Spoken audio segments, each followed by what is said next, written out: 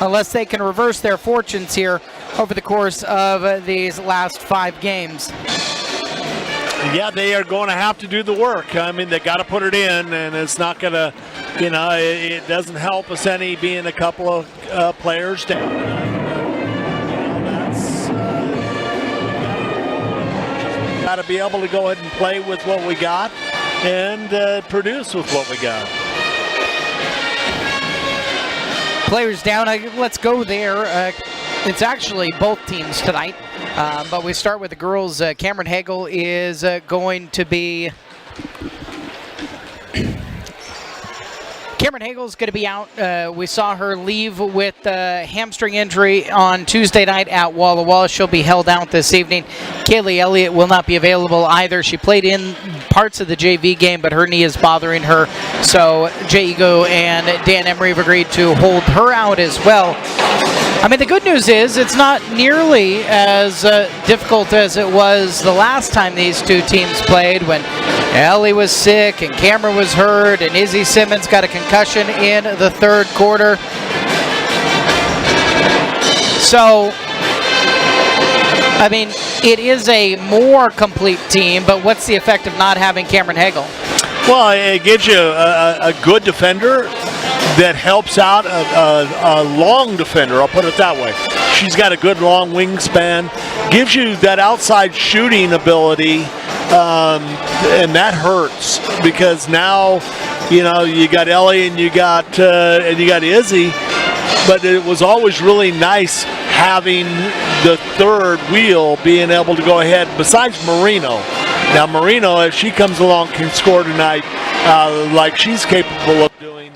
Then the biggest thing is going to be on the defensive side, I believe. For the Richland Bombers, 10-4, 8-2. They've won 4 in a row. They're hot. Kennewick's hot. Kamiakin's in front of everybody with still the perfect 11-0 record, and they've won 8 in a row total with 13-2 overall. That's who everybody's chasing. Richland still got an outside shot, 2.5 games back for A.B. Westerfield's team. The second-year head coach, her thoughts brought to you by Desert Lanes here on the Swim Butters Tailgate Show. I mean, the thing she said is you throw the first meeting out on December 17th up at Richland because of all the injuries, and they won 64-23. She said, look, you just don't hold a Hermiston team if they're complete to that few points. You don't hold a Hermiston team to that few. You don't beat them by that many. That game doesn't mean anything because of all the injuries that Hermiston was dealing with the first time through. They know it's different. Here in the doghouse, it's different. The expectation is Hermiston is going to shoot well and kick. Richland has to find ways to keep Hermiston prevented from getting good shots up here this evening at Hermiston High School. Anthem time here at Bulldogs.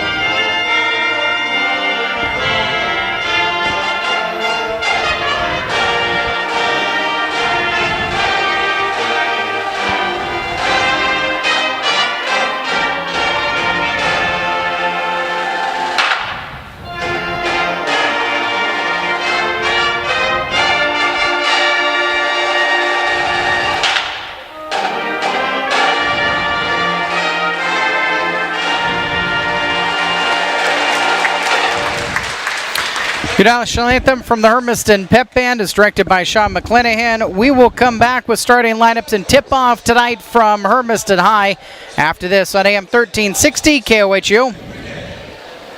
This evening, Abby Edwards would like to recognize Hermiston High School teacher, Brooke Paulsinski. Abby said that Ms. Paulsinski is very encouraging and helpful, and as always, push her to be her best in everything that she does. Ms. Paulsinski is a great motivator and has great relationships with her students. That's Hermiston High School teacher, Brooke Paulsinski.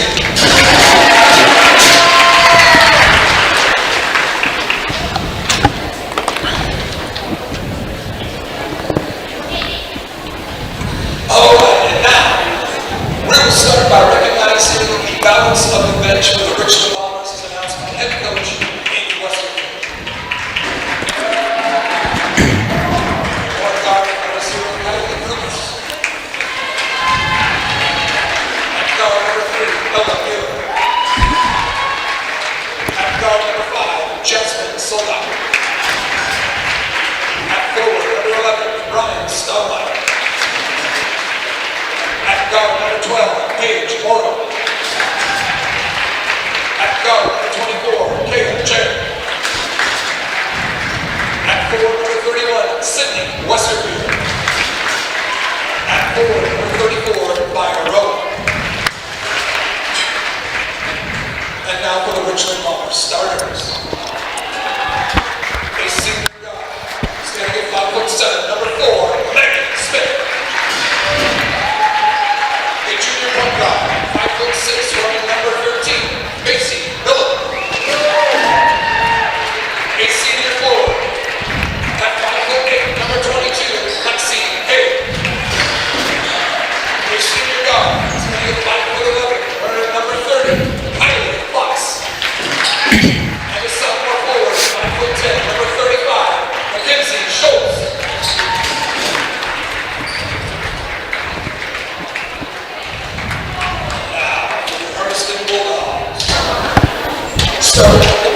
Lineups being introduced here at Hermiston High School before we tip off Richland visiting the Bulldogs. Let's take a look at the lineups. They are brought to you by Rogers Toyota.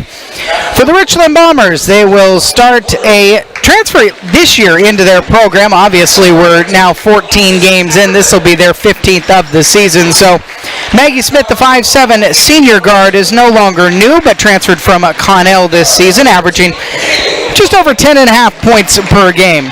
Out there along with 4 regulars for Richland, a 5'6" junior guard, Macy Milam, the 5'8" senior forward, Lexi Hay, 5'10" sophomore forward, Mackenzie Scholes, and the leading scorer in the MCC a year ago, 7th right now in the conference at over 14.7 points per game, is Kylie Fox. Her second-year head coach, Amy Westerfield, who is assisted by Haley Turner. All right, someone like Mariah Thoy, Michaela Minucci, Sydney Cheka, the trainers, Don Morales and Lori Stevens. The superintendent of the Richland School District is Dr. Shelley Redinger, and the principal is Mike Edwards, who had been the longtime athletic director but has moved in to the principal position this month. For a Richland team, winning 4 in a row, they are 10-4 overall and 8-2 in the conference, sitting in the 2 spot, 2.5 games back of Kamiakin. And now the lights are down as Ethan McDonald introduces the Hermiston Bulldogs. We take a look at the change first. The 5'6" freshman guard, Alexa Marino, with Cameron Hagel out with a hamstring injury, joining the other 4 that are regulars, the 5'10" sophomore forward, Abby Edwards, 5'4" senior guard, Dree Coleman, the 5'7" sophomore point guard, Ellie Heidemann, and the leading scorer in the MCC this year, the 5'7" sophomore guard, Izzy Simmons, at over 19.2 points per game. For second-year head coach Jay Ego, who's assisted by Amanda Rodriguez, Soraya Montez, Ron Civies, the JV coach, Hannah Thompson, and the strength and conditioning coach at Hermiston is Emily Strout. The principal is Tom Spoo, superintendent Dr. Tricia Mooney, the athletic director is Larry Usher. He is assisted by Vicky Pale, and the trainer for 22 years, who has been very busy today, Dan Emery. The Bulldogs are 6-10, 4-7 the conference right now in the 3 spot of the 3A teams in the MCC. Averaging 59 points per game, giving up 66.3 points per game. Home white uniforms, Hermiston across the front in purple, the numerals and lettering all purple with purple stripes down the side. It's a forest green uniform for Richland. Their numerals are black, Richland in yellow across the front. And Abby Edwards in the jump circle to tip it off, loses the tip to Mackenzie Schultz. And Richland attacking right to left will start with the ball. There is Kylie Fox. A year ago, had 35 points and 31 points in the 2 games against Hermiston. It was a split a year ago under the basket. A bucket to start things off for the Richland Bombers with Maggie Smith. We get our introduction to the transfer from Connell, who puts Richland out in front 2-0. Izzy Simmons answers back on the other end, high off the glass, attacking the right side. A little over a half minute in. Smith has it between the rings, kicks right side for Lexi Hay. Down in the corner for Fox. Lobs it inside, Schultz under the basket, got past Edwards, missed the shot. Edwards rebounds the miss and finds Ellie Heidemann. Straight up the middle of the floor for the Bulldogs at a tie game. Not quite a minute in. Hands off to Simmons, who was actually trying to waver off to the right side. They'll take it that way to Moreno. Gets the start tonight with Hagel out. Up top to Heidemann. Ellie Heidemann between the rings, surveys the scene. The sophomore will cross over, get Smith, lose it behind her back, right into the paint for Schultz on the turnover. Long pass by Smith, up court, travel in the lane, not whistled, and a bucket finished by Milam. Milam got an extra step in there to make it 4-2. Well, the Richland students have made their way down. They are outnumbering the Hermiston students dramatically right now. But the Bulldogs do have their state qualifying cheerleading squad. Qualified last weekend at Moses Lake. Left wing, a 3 by Ellie Heidemann from distance. They are averaging over 9 threes a game, and in the last 4 games, they're averaging about 12 three-point shots made per contest. Puts them up by 1, 2 minutes into the first quarter. Milam will drive right baseline over Edwards, miss. Rebound flipped back up by Fox at a foul on the putback. And Schultz is going to the line for 2 foul shots. Jago in the pregame Sunday made it pretty clear. Limiting turnovers and rebounding. And rebounding became maybe even a little bit more of an urgent conversation that he and I had in this one.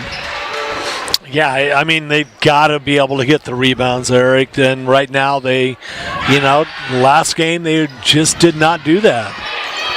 1 of 2 trip for Schultz. And now down to the floor. Finally, they whistle. Simmons and Fox tied up. They let them roll down there for a while before they finally blew that one dead.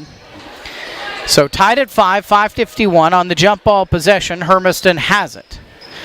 And Richland showing a full court press. The inbound will go into Edwards, who lobs it up towards half court, turns it over. Fox has it on the steal to Smith. Bounce it inside. Right block, easy finish for Schultz. The sophomore's got 3. And has Richland back out in front by 2. About 2.5 minutes in to quarter number 1. Moreno on the right wing. Up to Edwards. Edwards flips back behind her, and Simmons attacking to the right. Missed that one. Rebound, put back. Edwards got a bucket. She's been quiet the last couple of games. Yeah, I mean, and her game starts with her being able to go ahead and rebound, Eric. Left wing 3 for Milam. Splashes it. She's got 5.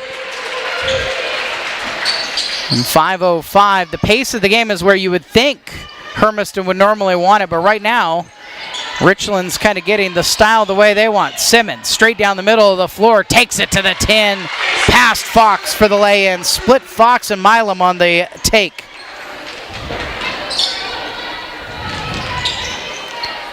(10-9) Richland, and now Fox will take a long-distance 3, hit it back, iron it in for her first points of the night. Again, she scored a combined 66 points against Hermiston a year ago. Foul in the backcourt. Schultz is going to get the harm for the first foul of the game on Richland. Edwards will come out. Alexis Ackerman replaces her, 5'8" junior. Ackerman was out in the first meeting between these two teams as well. Moreno on the right side, between the rings, gives to Simmons. Back to Moreno, right corner, 3-ball, short, and the rebound pings around. Schultz gets it to Fox, up towards Smith. Smith across the timeline. And Richland calmly breaks the press. To the foul line, Fox lost the handle, back to Smith, long three, straight on, line drive shot, poked out of bounds by Simmons on the rebound. And into the game for Hermiston, the 5'10" freshman guard, Lucy Teagarten, to replace Coleman. 13-9 in favor of Richland. Milam top of the key, left side. And down to Fox, she'll hit the 12-footer on the left baseline. Extends the lead out to 6. Ellie Heidemann will drive, take it all the way, and got hit on the arm by Fox. Whips her head around like she didn't touch Heidemann's arm, but Heidemann's going to get herself a trip to the foul line. Well, that's one thing, Eric, that we've got to do. We've got to be able to go ahead and put pressure on the basket. It is not something the team has done with a lot of regularity. Even so, they have taken a lot of foul shots. They've taken about 50 more foul shots than Richland has. And a 2-for-2 trip for Ellie Heidemann.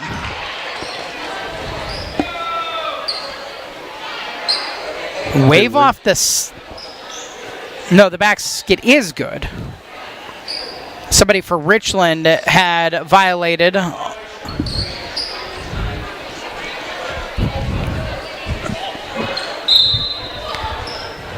So, Heidemann's got the 2. And Hermiston's back within 4. Press broken. Smith between the rings.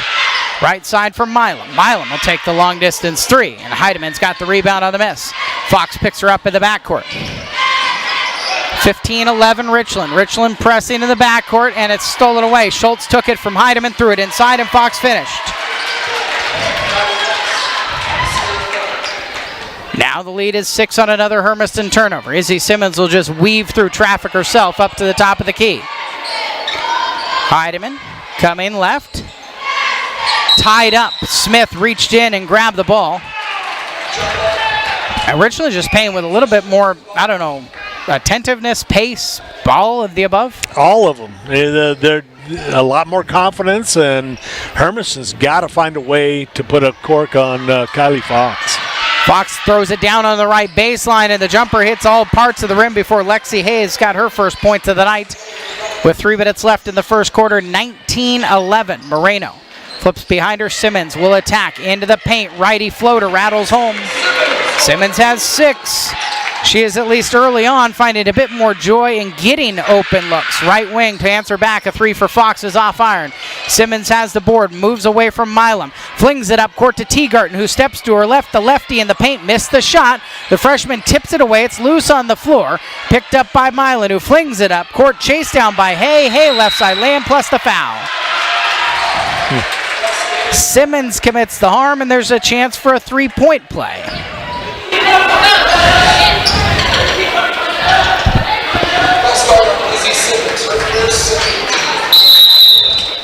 Before some changes for Richland, Jay Eagle wants a timeout.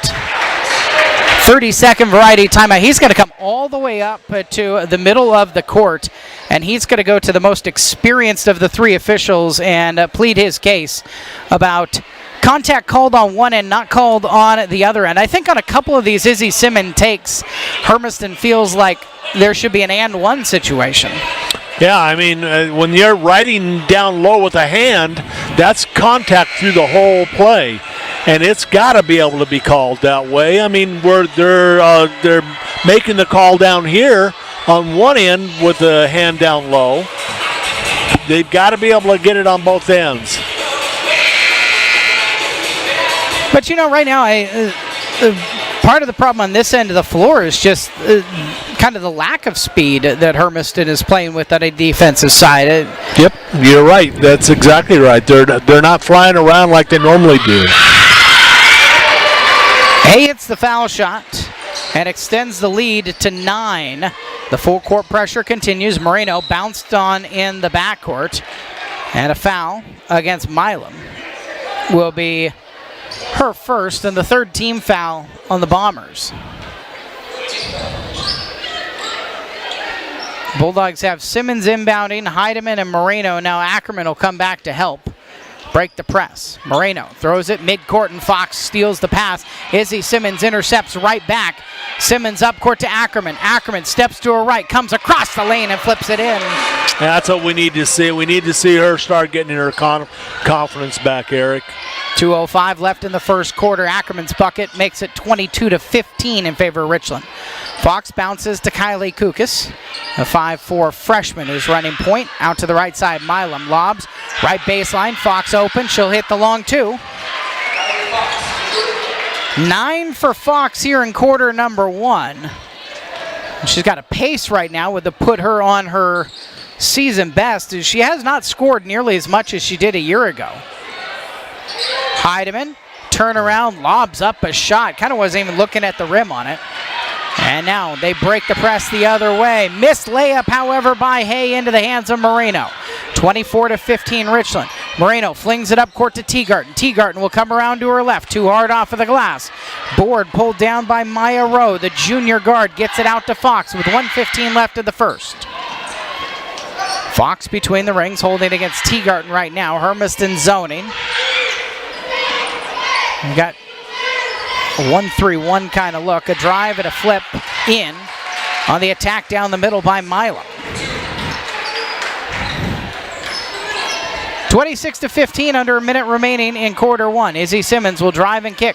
Teagarten on the right wing, comes around the bus string, throws it underneath, tipped away.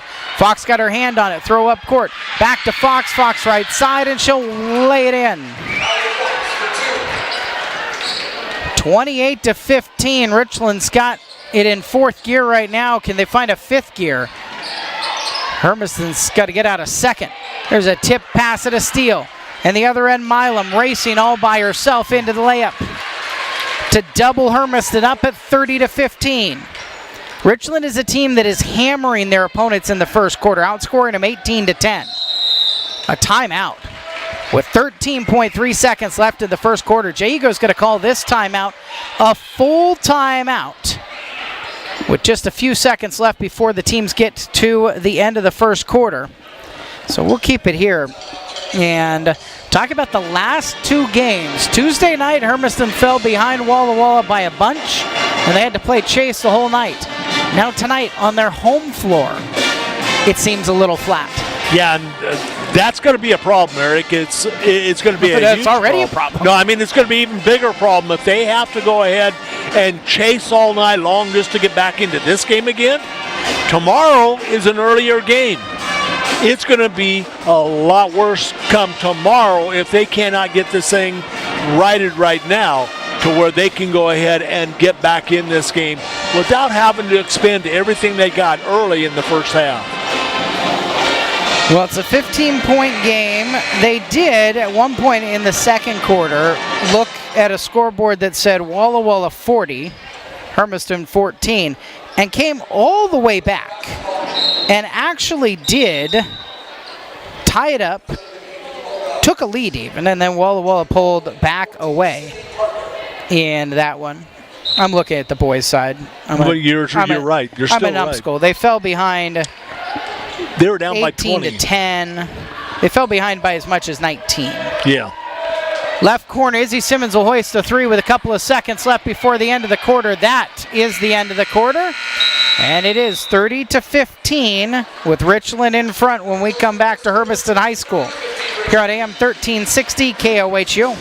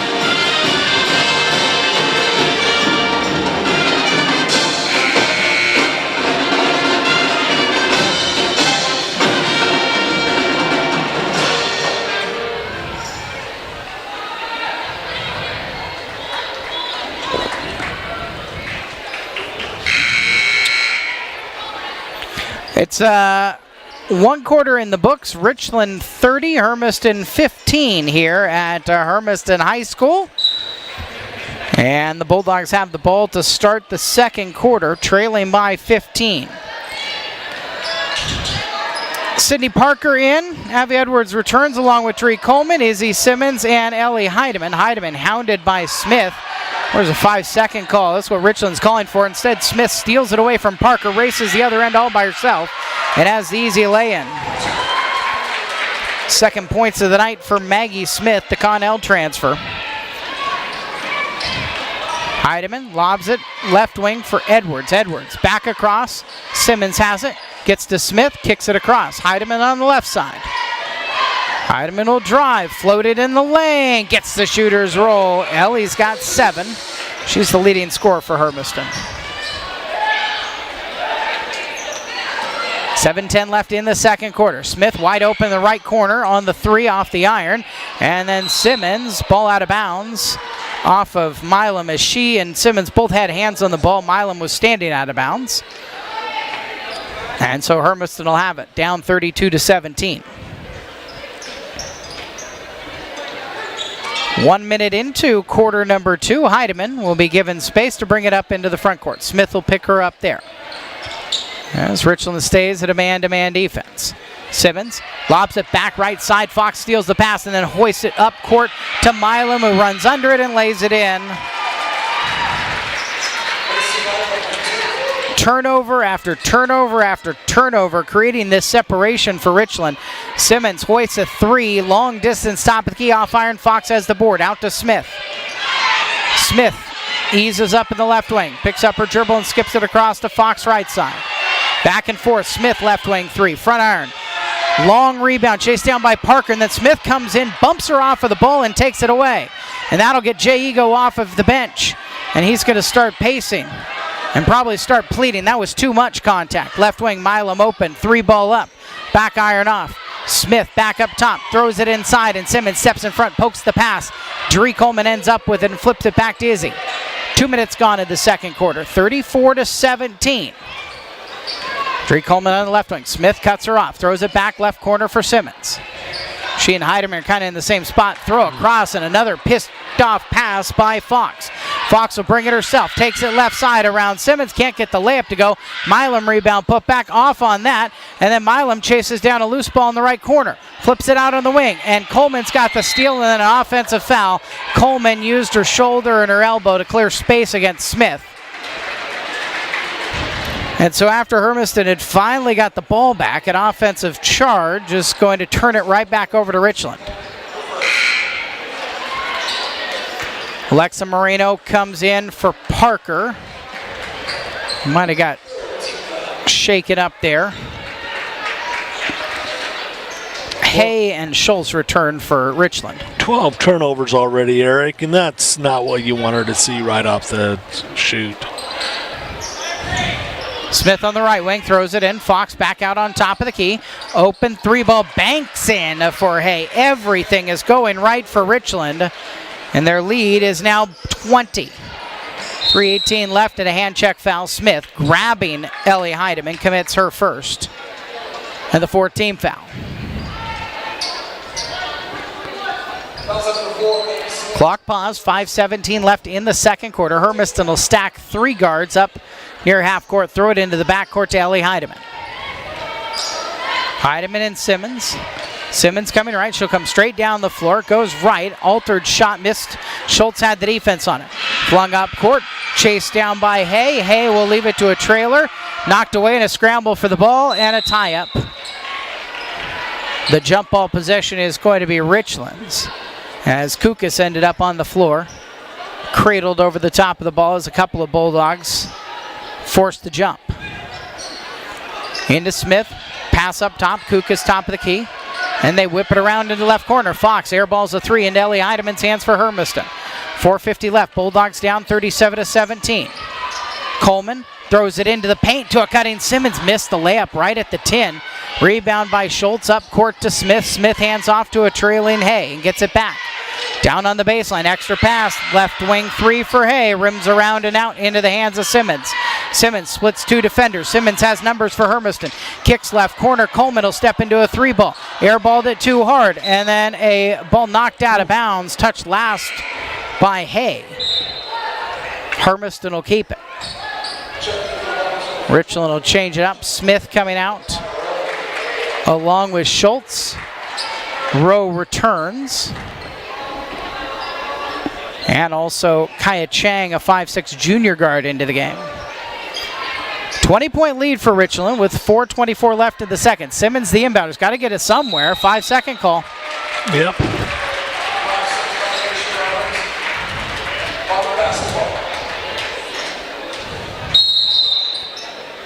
Timeout for Amy Westerfield with 4:24 left in the second quarter. The Richland coach will call a 30-second pause with her team in front 37-17.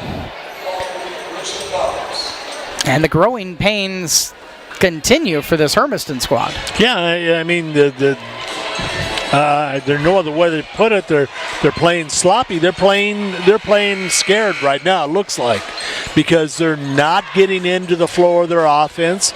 The shots that they're getting are really quick, nilly-willy type shots. They've got to settle down, pass the ball around this defense and not through the defense.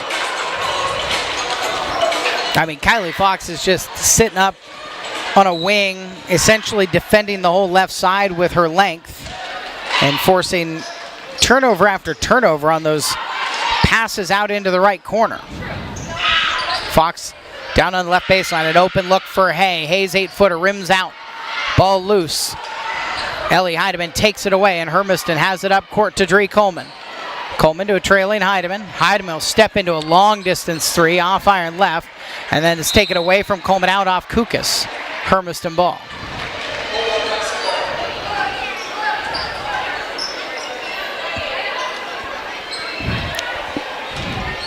Just have to pass the halfway point in the second quarter. Simmons, the inbounder. Yeah. Ellie Heidemann in the lane, and a foul on her turnaround shot. Amy Westerfield gesturing that she wanted the hook with Ellie's left hand called, but instead Kukas will commit her first. And the fifth team foul. I'm not sure exactly where it would be in the course of things, but the scoreboard has taken a point off for Richland.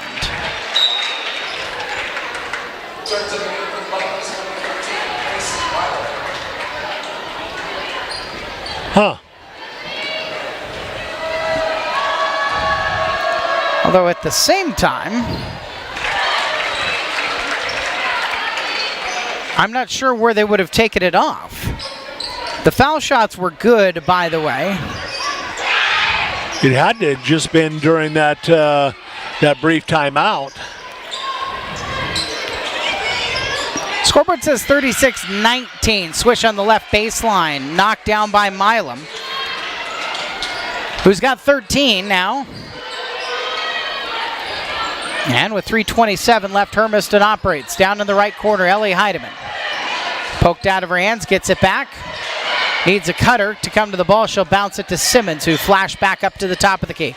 Top of the key, three ball hoisted. Off iron left, and won by Rowe on the rebound for Richland. Rowe bringing it into the front court herself. Interception by Simmons. She's all by herself going the other direction.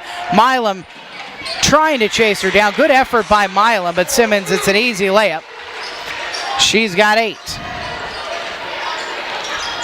38-21.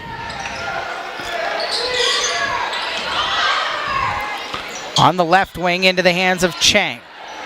Lob to the foul line. Fox down underneath. Wide open at the baseline. Laid in by Chang at the hoop. 19-point lead for Richland. 2:34 left in the second quarter. Ellie Heidemann at the jump circle, flings right wing, and it's poked out of bounds. Fox guarding Simmons right now.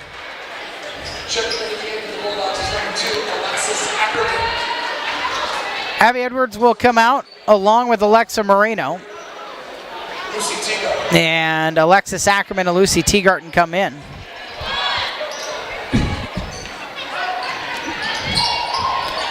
Ellie Heidemann has it top of the key. Comes left, lobs it to Ackerman on the left wing. Bumped by Smith, step through right side, drew some contact, no whistle, and Smith's got the rebound for Richland. She'll slow up at half court with the Bombers in front, 40-21, 2:08 left in the second quarter. Right side for Fox, throw it underneath, and a foul before the shot was up. No, 3 in the key will be whistled on the Bombers. Paige Morrow, 5'5" senior, will come into the game for the first time.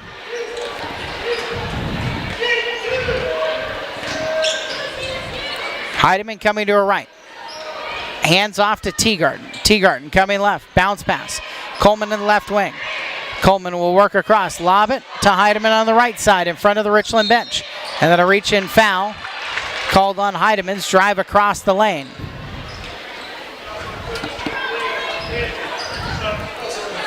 That's Milam's foul.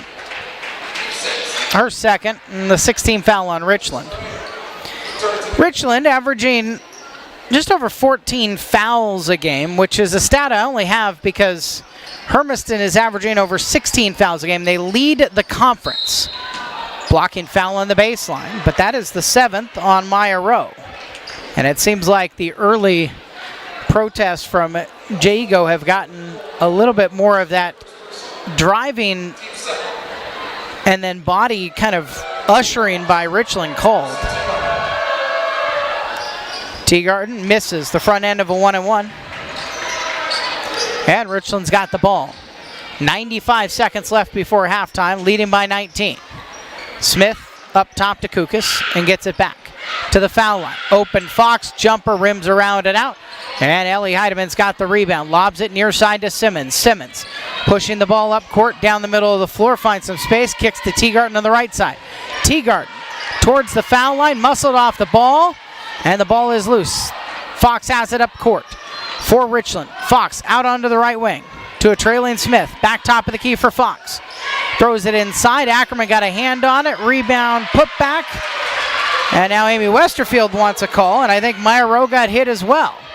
Right side, Teagarden will hoist a transition 3. Ackerman shielded off the ball by Smith, who's got the rebound, throws it up court to Fox, and Fox will take the lay-in. Her first points here in the second quarter have Richland out in front 42-21. Simmons found some space. She'll drive, earn a trip to the line as Kylie Kukas was on roller skates and couldn't stay in front.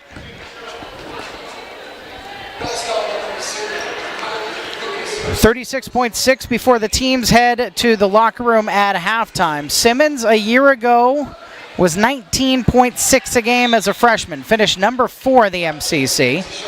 Kylie Fox finished number 1 a year ago, scoring just about 21 points per game. A career night on Tuesday for Izzy. She had 33, topping the 31 she had a couple of times last year, including against this Richland team and meeting number 1 here at Hermiston. The Bulldogs won that 84-74. Left wing 3 for Smith, who wasn't part of that because she was at Connell a year ago. And now the ball knocked out of bounds. Fox tipped it, but it comes out. Caromed off of the official. Fox wasn't going to keep it in anyways. 44-23.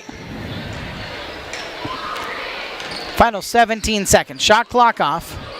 Heidemann on the left wing, poked out of her hands. Hands off to Simmons, left wing, hits the 3 ball. Izzy's got 14, 44-26. A stop here with 2 seconds left is necessary. Smith will just hoist one on the run and short to bring us to halftime. 44-26 is the score here at the halftime break at Hermiston High School. The Bulldogs hosting the Richland Bombers. Because of the latency of email, we missed Coach Jaego in our pregame coverage. We will have him now as we get to halftime. Brought to you by Devitt Oil Circle K. The head coach is on the way after this on AM 1360 KOHU.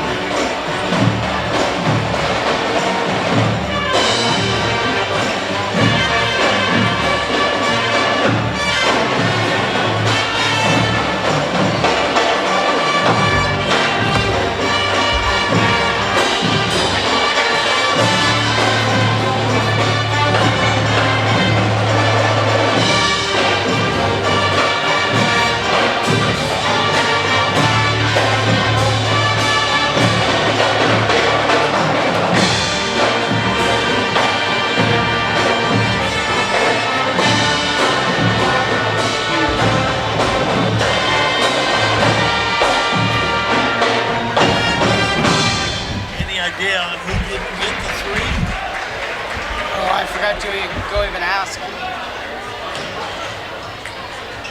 I mean, there's Lexi Hay had a 3. That's the only one.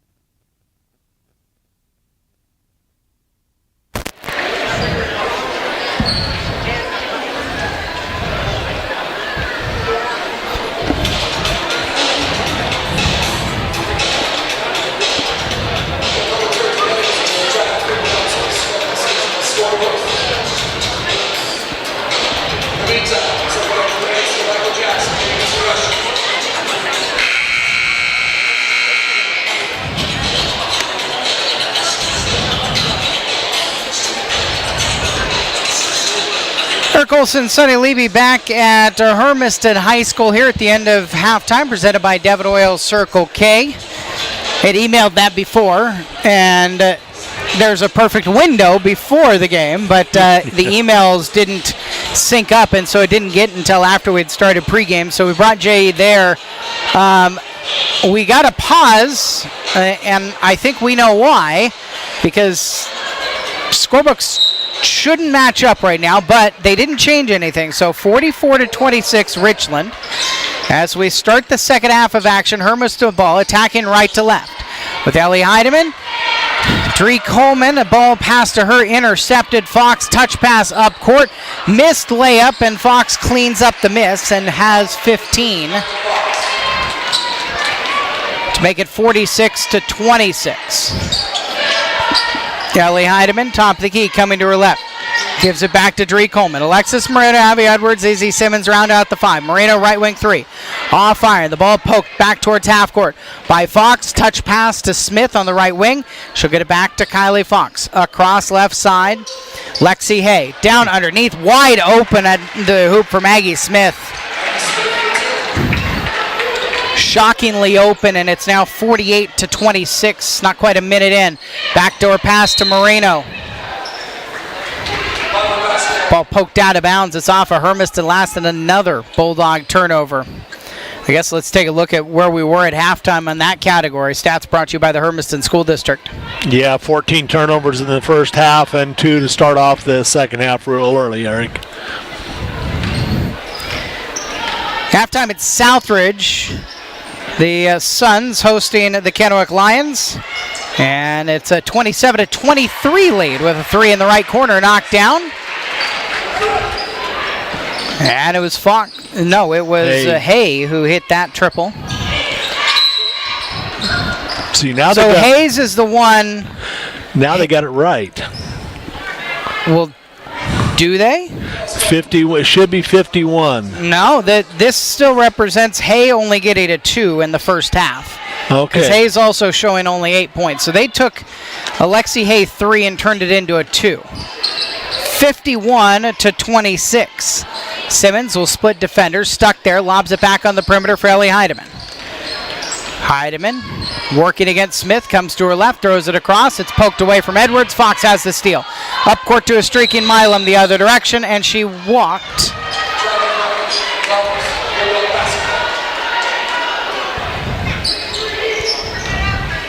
6:20 left in the third quarter. 51-26 at a kick ball. Booted out of bounds. Over the Hermiston bench, about 12 rows up, and now the Bulldogs will inbound. Simmons will put it in play in front of the Hermiston bench. Stack Coleman, Heidemann, and Moreno, and Heidemann pops out up towards half court. Heidemann up top against Fox. Smith right now has the job of defending Simmons. Coleman coming to the right. She'll jump it up over the top of Hay, bank it in. Dree Coleman, her first points of the night. And Hermiston's first points of the second half. Then the Bulldogs get a steal. Heidemann dribbles into traffic, loses the ball, and it rolls away from her, rolls to Fox. 51-28.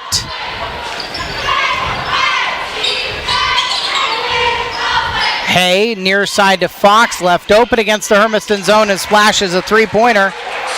Kylie Fox at 18. 54-28 the scoreline. Other end, and Fox blocks a shot out of bounds. Ellie Heidemann tried to attack against Fox.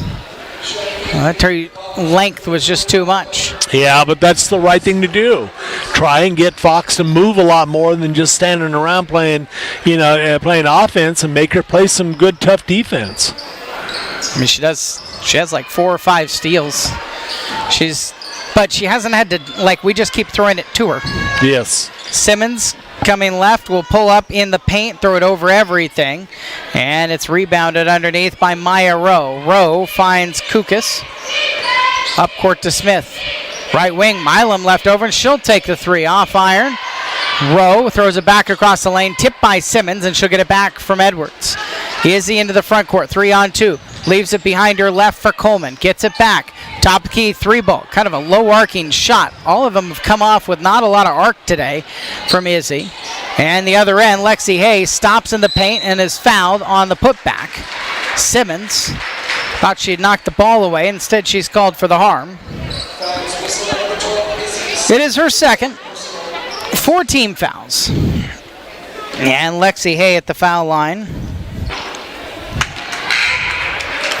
Misses the first. Lexi Hay of, I believe, the first half robbery. I'm positive that was a 3 she hit. 30-second timeout for Jay Ego before the second foul shot is up, with the scoreline 54-28 in favor of the Bombers.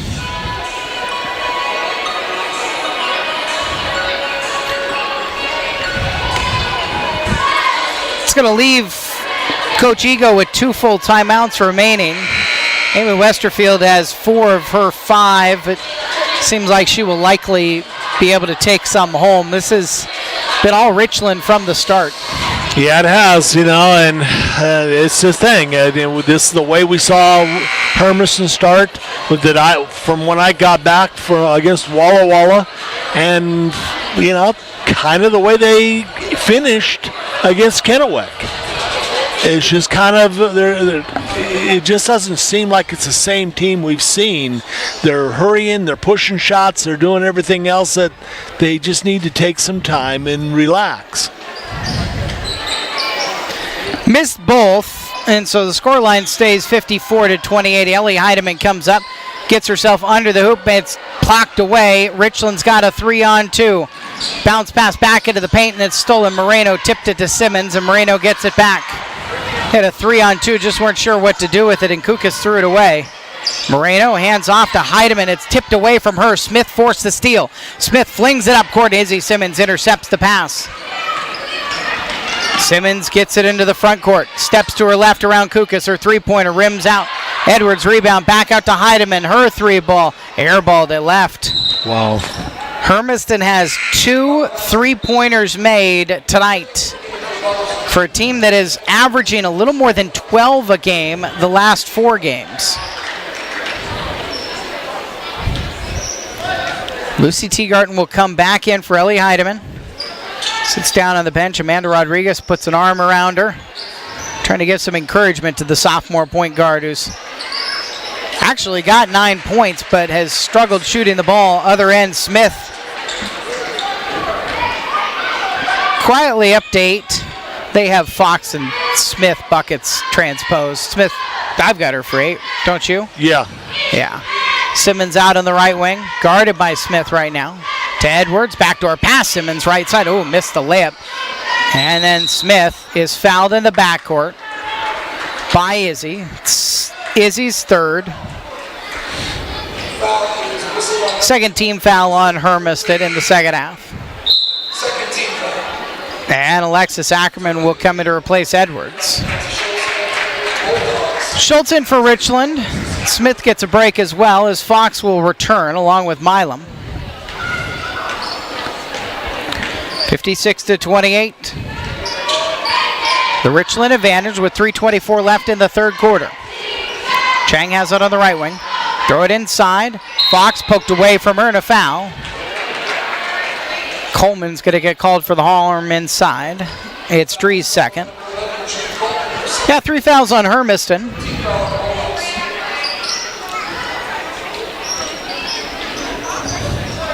Fox skips it across, right wing, Milam 3 on the inbound, back out and in. Milam, 16 for her.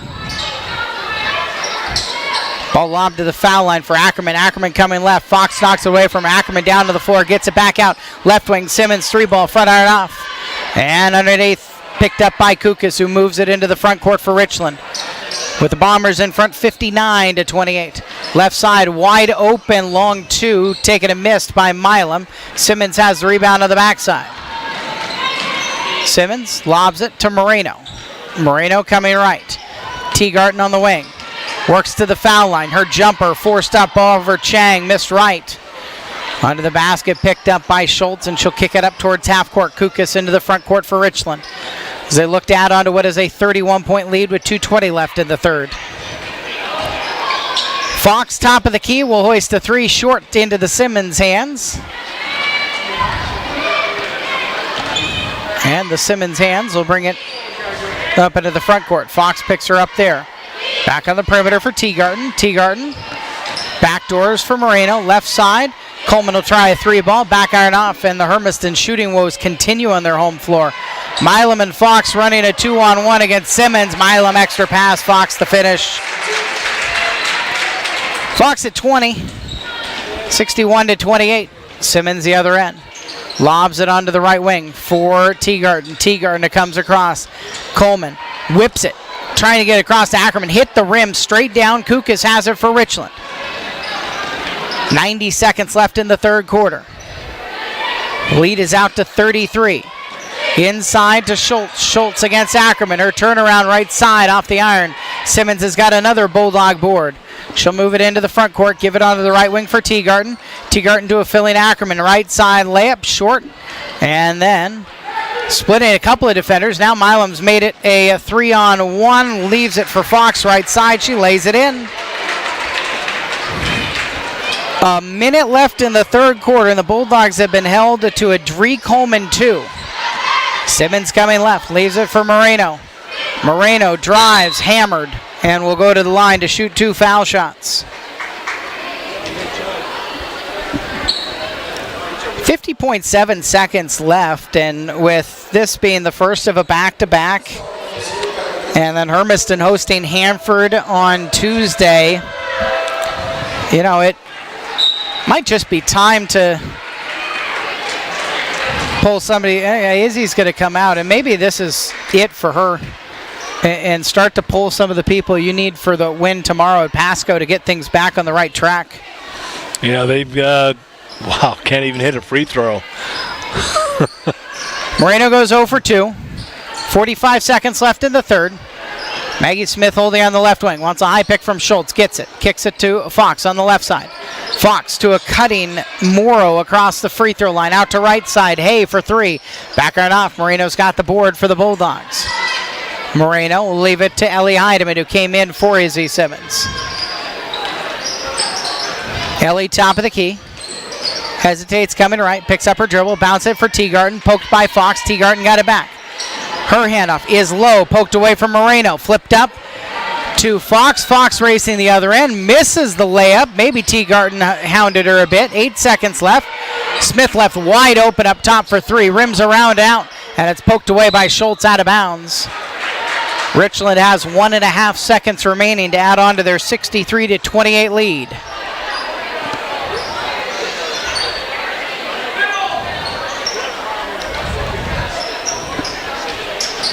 Inbound, touched by Morrow. Morrow won't get a shot up, and 63-28 is the score as we head to the fourth quarter after this on AM 1360 KOHU.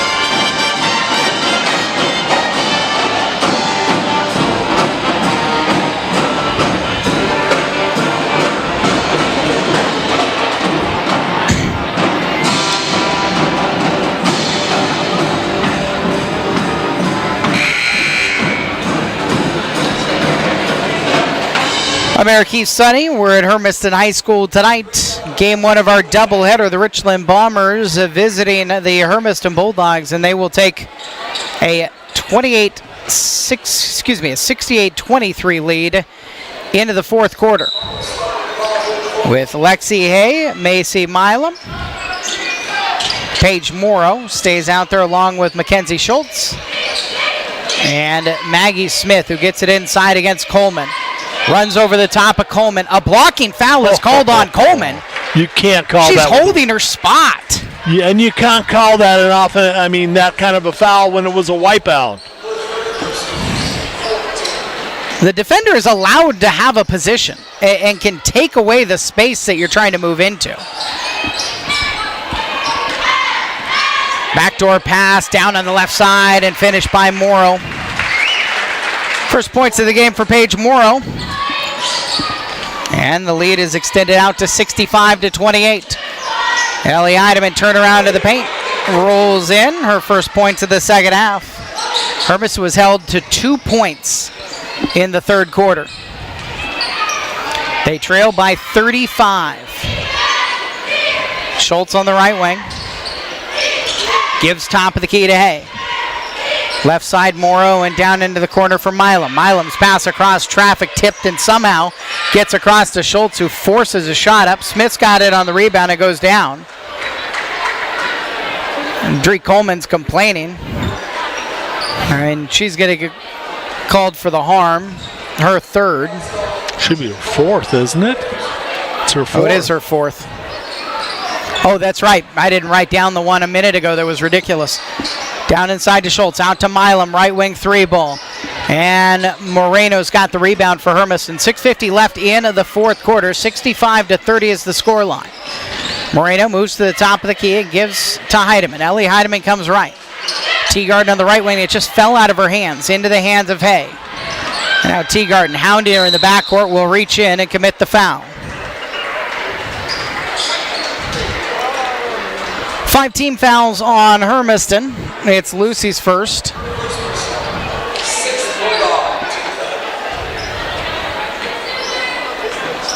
"90 seconds into the fourth quarter. 65-30 is the lead right now for Richland. Milam and Smith back and forth on the perimeter. Inside to Schultz, her turnaround foul. Ackerman hit Schultz on the arm and will send her to the line for a pair of foul shots. Ackerman's first, 6-team foul. Should be 7, Eric.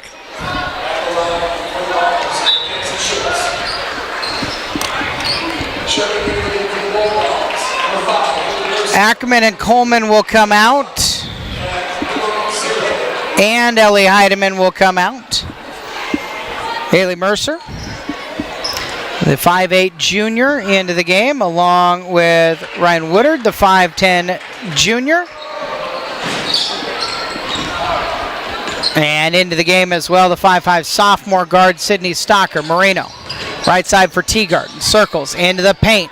Tries to go kind of Dree Coleman style, hard off the glass, and it's out. Richland has Maggie Smith into the front court with a 66-30 lead. 2 minutes gone in the fourth quarter.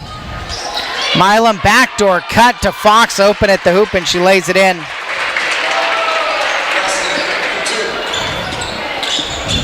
"10 points now for Lexi Hay." I said Fox, that was Hay. And then Moreno lays it in on the other end for her first points of the night. Got the start with the Bulldogs without Cameron Hagel. 68-32. Left wing and a Teagarden block. Ball out of bounds. No whistle blown.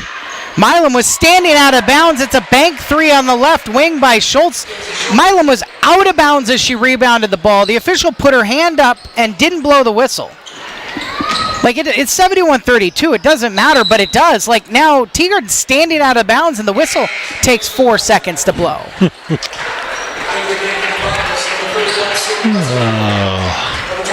Everybody, green, white, zebra. There's 5:08 left. Finish it. 71-32.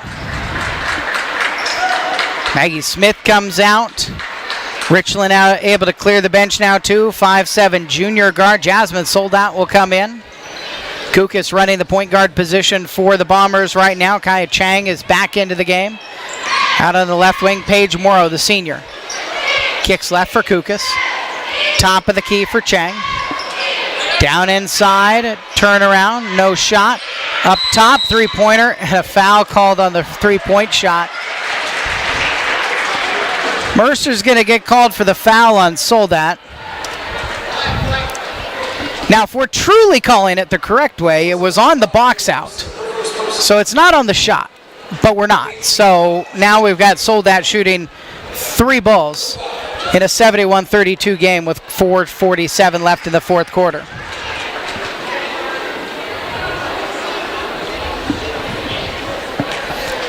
Eight team fouls. Soldat missed the first. Well, if Amy Westerfield's going to come away from this with anything to nitpick with her team, they have really done a lot of things well. Foul shooting could be better. They are just a 57% foul shooting team.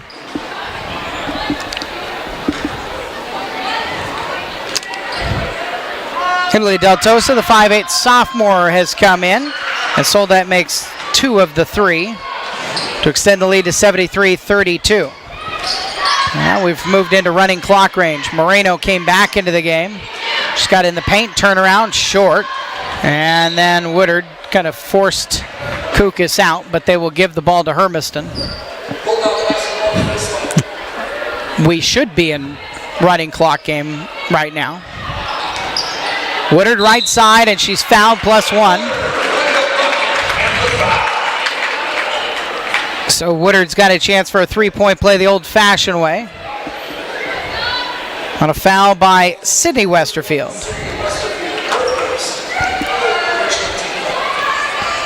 It's the third foul on Richland. Didn't they count the basket? Yeah, they did count the basket. So why?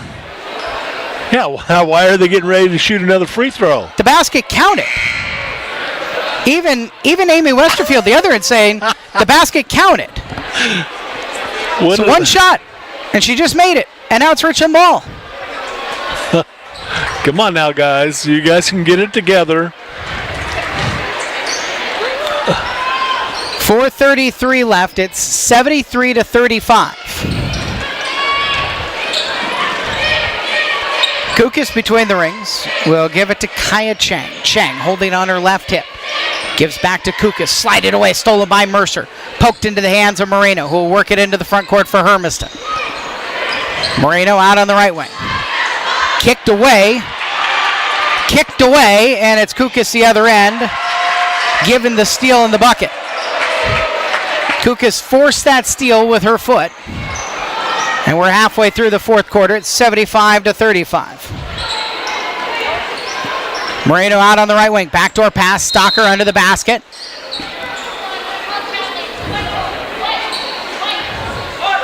Huh? It was... They called a traveling and giving it back to White. Moreno's going to inbound with the basket to her left into the left wing for Mercer. Mercer picked up her dribble, bounces to Del Toso, circling up top. Hands off to Moreno, long distance three at the top, off iron left. Into the hands of Chang, it falls. She'll get to Kukas for Richland with 3:35 left in the fourth. 75-35 is the score line. I'll just say it. It's Columbia Orthodontics scoreboard. Echo girls varsity is up on Pilot Rock 23-13 in the third quarter. Chang, hands off, Kukas under the basket, and she's fouled by Mercer. Oh my, this is... Reminds me of the Lewiston game, Eric, a few years ago in football. The Riders Cramp one. A few years ago, man. That was 15 years ago. Foul shot is short from Kukas on the front end of the 1-and-1, and now Moreno, timeout given to Jay Ego. It's a full timeout. We'll take it as well. 2:59 left in the fourth. 75-35 here on AM 1360 KOHU.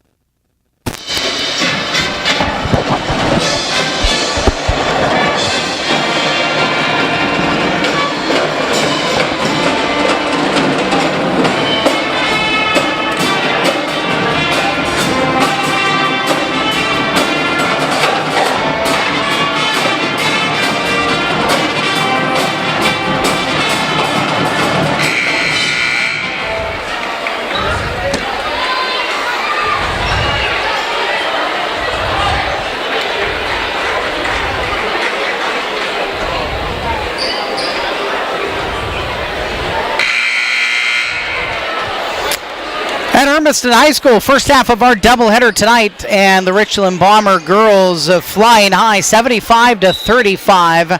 They're on their way to a running clock win against Hermiston. 2:59 left in the fourth quarter. Del Toso takes the inbound for Hermiston in the right wing. It's poked out of her hands. Del Toso gets it back, gives it to Moreno. Alexa Moreno might end up with the most minutes of the night. Started the game, Cameron Hagel out with a hamstring injury. Del Toso under the basket to Woodard. Woodard blocked from behind, and it'll roll out of bounds into the bench, and then the ball is given to Richland. Oh, my. It appeared that there was going to be a call on the Woodard shot that she got fouled from behind. And then I just figured when that whistle was held, instead, they just give Hermiston the ball back, you know, AAU style. By the way, prep yourselves for this weekend. Not the snow, although prep for that, but AAU tournament coming to town this weekend, so it's going to be busy. Long coffee shop lines. Miss underneath for the Richland Bombers, and then a foul in the backcourt. Called with 1:55 left in the fourth quarter. And it's Morrow's first. 14 fouls on Richland. So we can get it back in with the Bombers out in front by 40. Moreno up top, coming right. Just got a very stagnant offense right now. Everybody's standing around. It's been the way it has been all night long. Mercer pass, stolen, thrown up court. Kukas racing the other direction and lays it in. So the Bombers are going to win their 5th straight. They are still trying to chase down Kamiakin, who is off tonight. So the Bombers will pull within 2 games of Kamiakin. They still play one more time. That's next Friday. Richland's also got a big game against Chiawana tomorrow at home. 1 minute left. Hermiston turns it over. And for Richland, that's the way back in, is they got to beat beat Chiawana first, who's scuffling. Chiawana's actually lost a couple in a row. And then they got to set themselves up for next Friday night. Steal by Del Toso into the hands of Stocker. 77-35 Richland. Final 38 seconds. Moreno at the top of the key. Whips it to Stocker, who forced that steal underneath to Woodard. Forced inside to Mercer, poked away from her. And the other direction, it's Kukas. Kukas in the lane. Blocked by Moreno. Moreno got another block. Ball still falls into the hands of Stoudemire, and then Moreno takes it away from her and ties the ball up.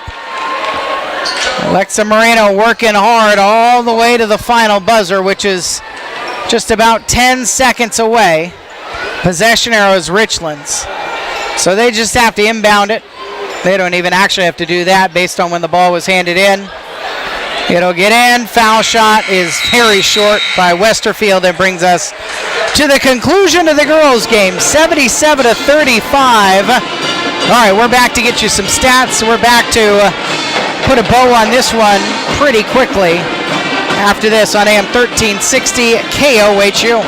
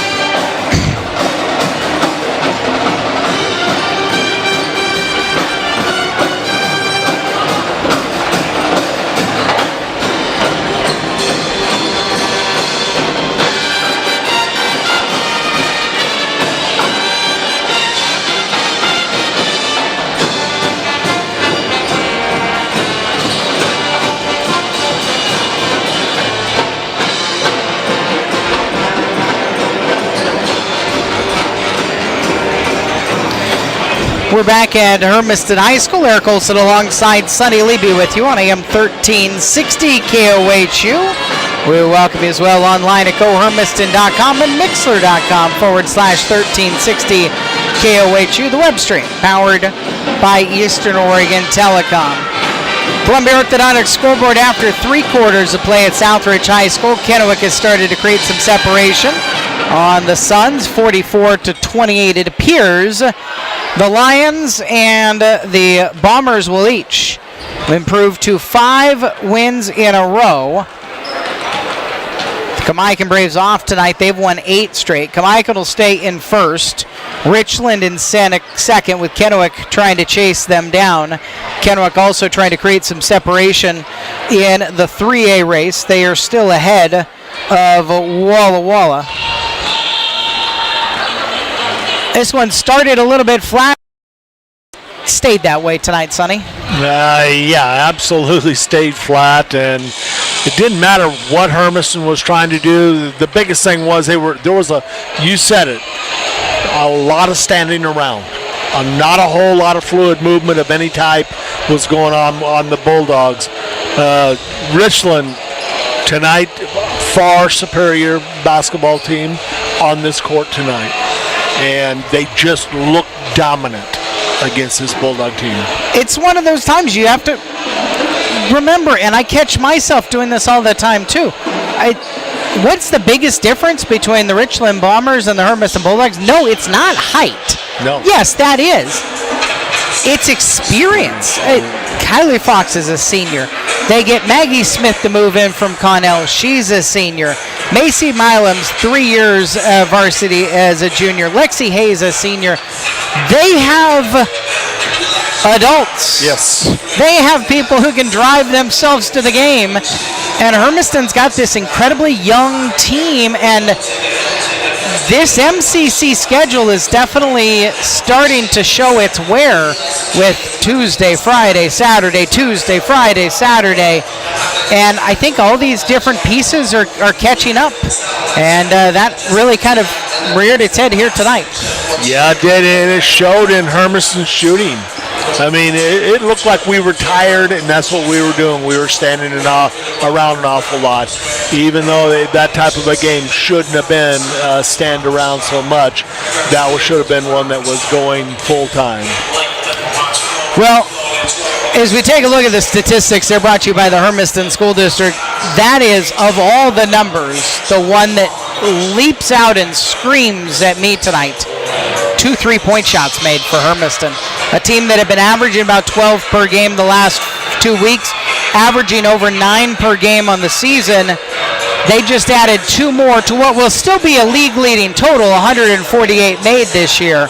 But the shot just wasn't there this evening, and that is a pretty telling statistic to it.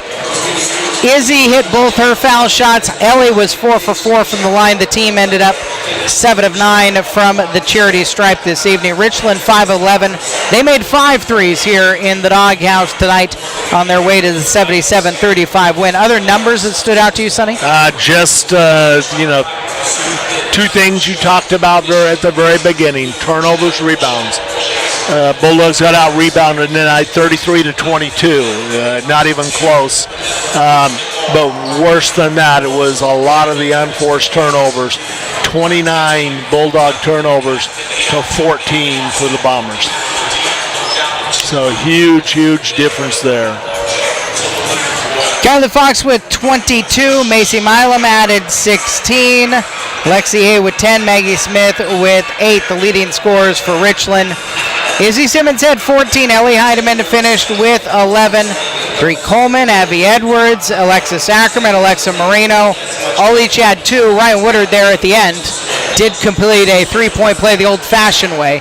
So she's actually the 3rd leading scorer in this game for Hermiston. Let's look ahead with Lyuna. Tomorrow, Hermiston is on the road. Their final road game of the regular season. They will be at Pasco. 3:15 start time. Radio coverage begins at 2:55. That's our look ahead with Lyuna. Feel the power joining the Laborers International Union of North America. Start a career and earn while you learn. Lyuna has an accredited apprenticeship program that will take you into a lifelong career earning a family wage with full family medical insurance and retirement. Explore the opportunity of becoming a construction craft laborer with LiUNA. Check out Labor's Local 737 or OregonLaborers.com.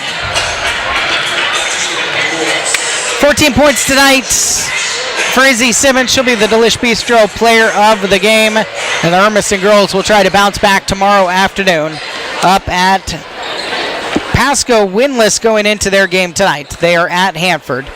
And for Richland, tomorrow a big one. They've got Malia Rude and the Chiawana Riverhawks coming to Art DeWald Stadium with a chance to really solidify themselves at least as the number 2 team in the MCC. We're going to take a break. When we come back here at Hermiston High School, we'll hear from Romaine Smith, the head coach of the Hermiston boys basketball team, as we continue this Swain Motors Tailgate Show on AM 1360 KOHU.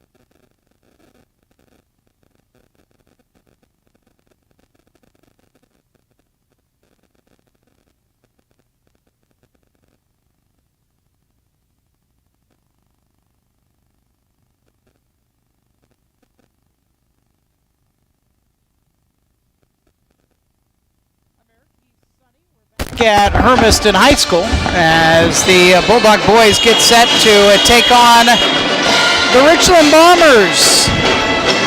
Richland boys are coming in.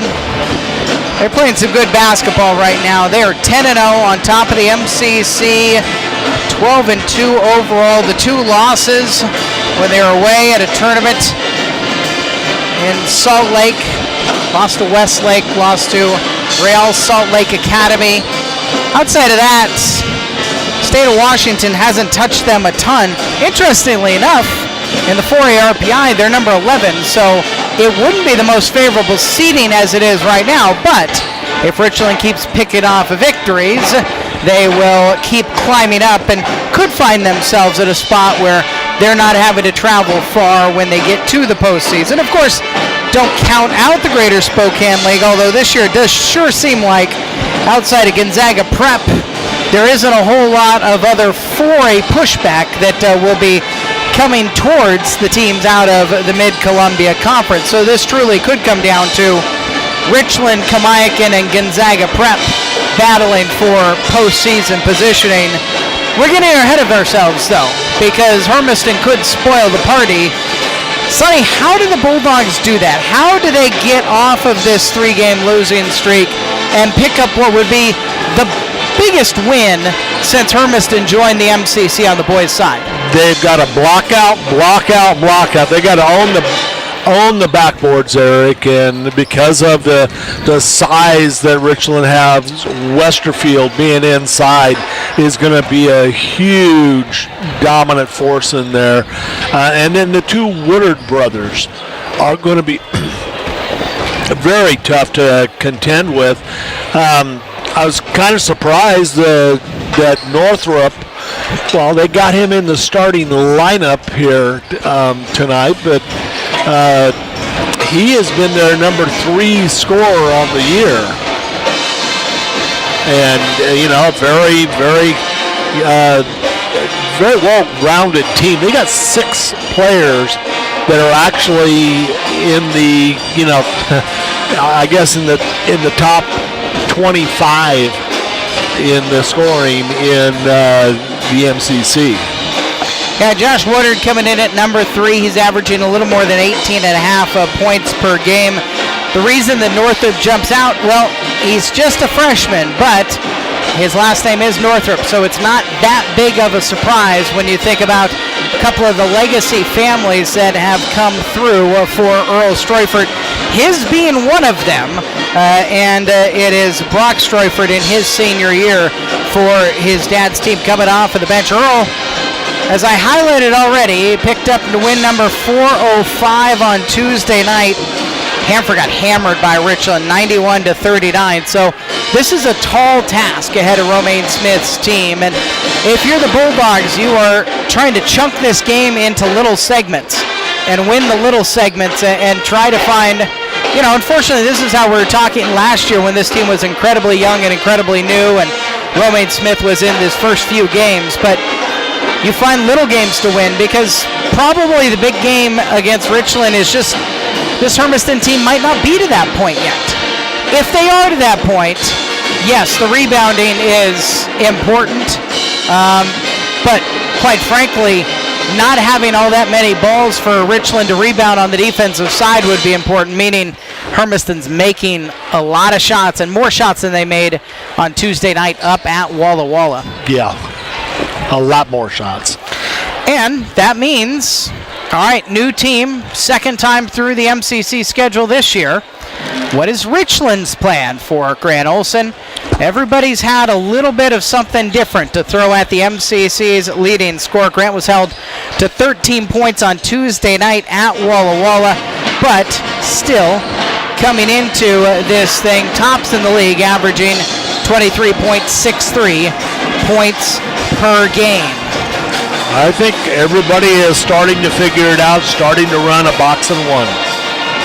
And they are trying to go ahead and box them up and, run a man-to-man, run a straight man-to-man on them and a box in there so that everybody else is going to have to go ahead and penetrate. It means going to have somebody producing in the low post. It didn't feel like it was a box and one on Tuesday night, though, at Walla Walla. Felt more of like double teams as soon as he touched the ball and triple teams sometimes if it was in the painted area. Yeah. But not truly you're just kind of what Walla Walla did to Izzy on Tuesday night and what Richland did at times here tonight. Yeah. The other thing about it is box and one is pretty deep into the playbook. It's a little bit gimmicky. If you're the Richland Bombers and you feel like you can make a deep playoff run if you can get to the Dome, you probably also feel like you can defend in a man-to-man with good help defense and not run something that's more gimmicky in style. Yeah. I would agree 100%. If you can run a straight man-to-man with, like you said, with a good help defense, keep yourself out of that zone defense. Sometimes, some way, somehow, like what we did the other night with the girls, hitting, an ungodly amount of three-pointers. Someone's going to get hot. And if you're in a zone defense and you're not rotating right, pretty soon that little outside shot comes, a little easy dump in pass down below over the top of the zone, and now you're sunk. So straight man. I'm not sure who they're dumping it into tonight. Bradley Hopman's going to be held out again this evening. Landon Shilhonik is also not here. He's ill. And, of course, Austin Bledsoe still at least a few weeks out. It would be the postseason if he even gets the all clear from his fractured ankle. But I just kind of finish. I would be shocked if the Richland Bombers would be willing to go into a box and one. I feel like they have to. This is one of the checkpoints for them in a deep playoff run is, can you, using one of your traditional defensive sets, slow down the MCC's top scorer? So we will see what Grant Olson's got in store for the Bombers and, frankly, what the guys in the green and yellow Indiana Hoosier-style warm-up pants have in store for the Bulldogs here tonight. We'll come back and we will get you starting lineups and tip things off here at the end of the Sway Motors Tailgate Show on AM 1360 KOHU.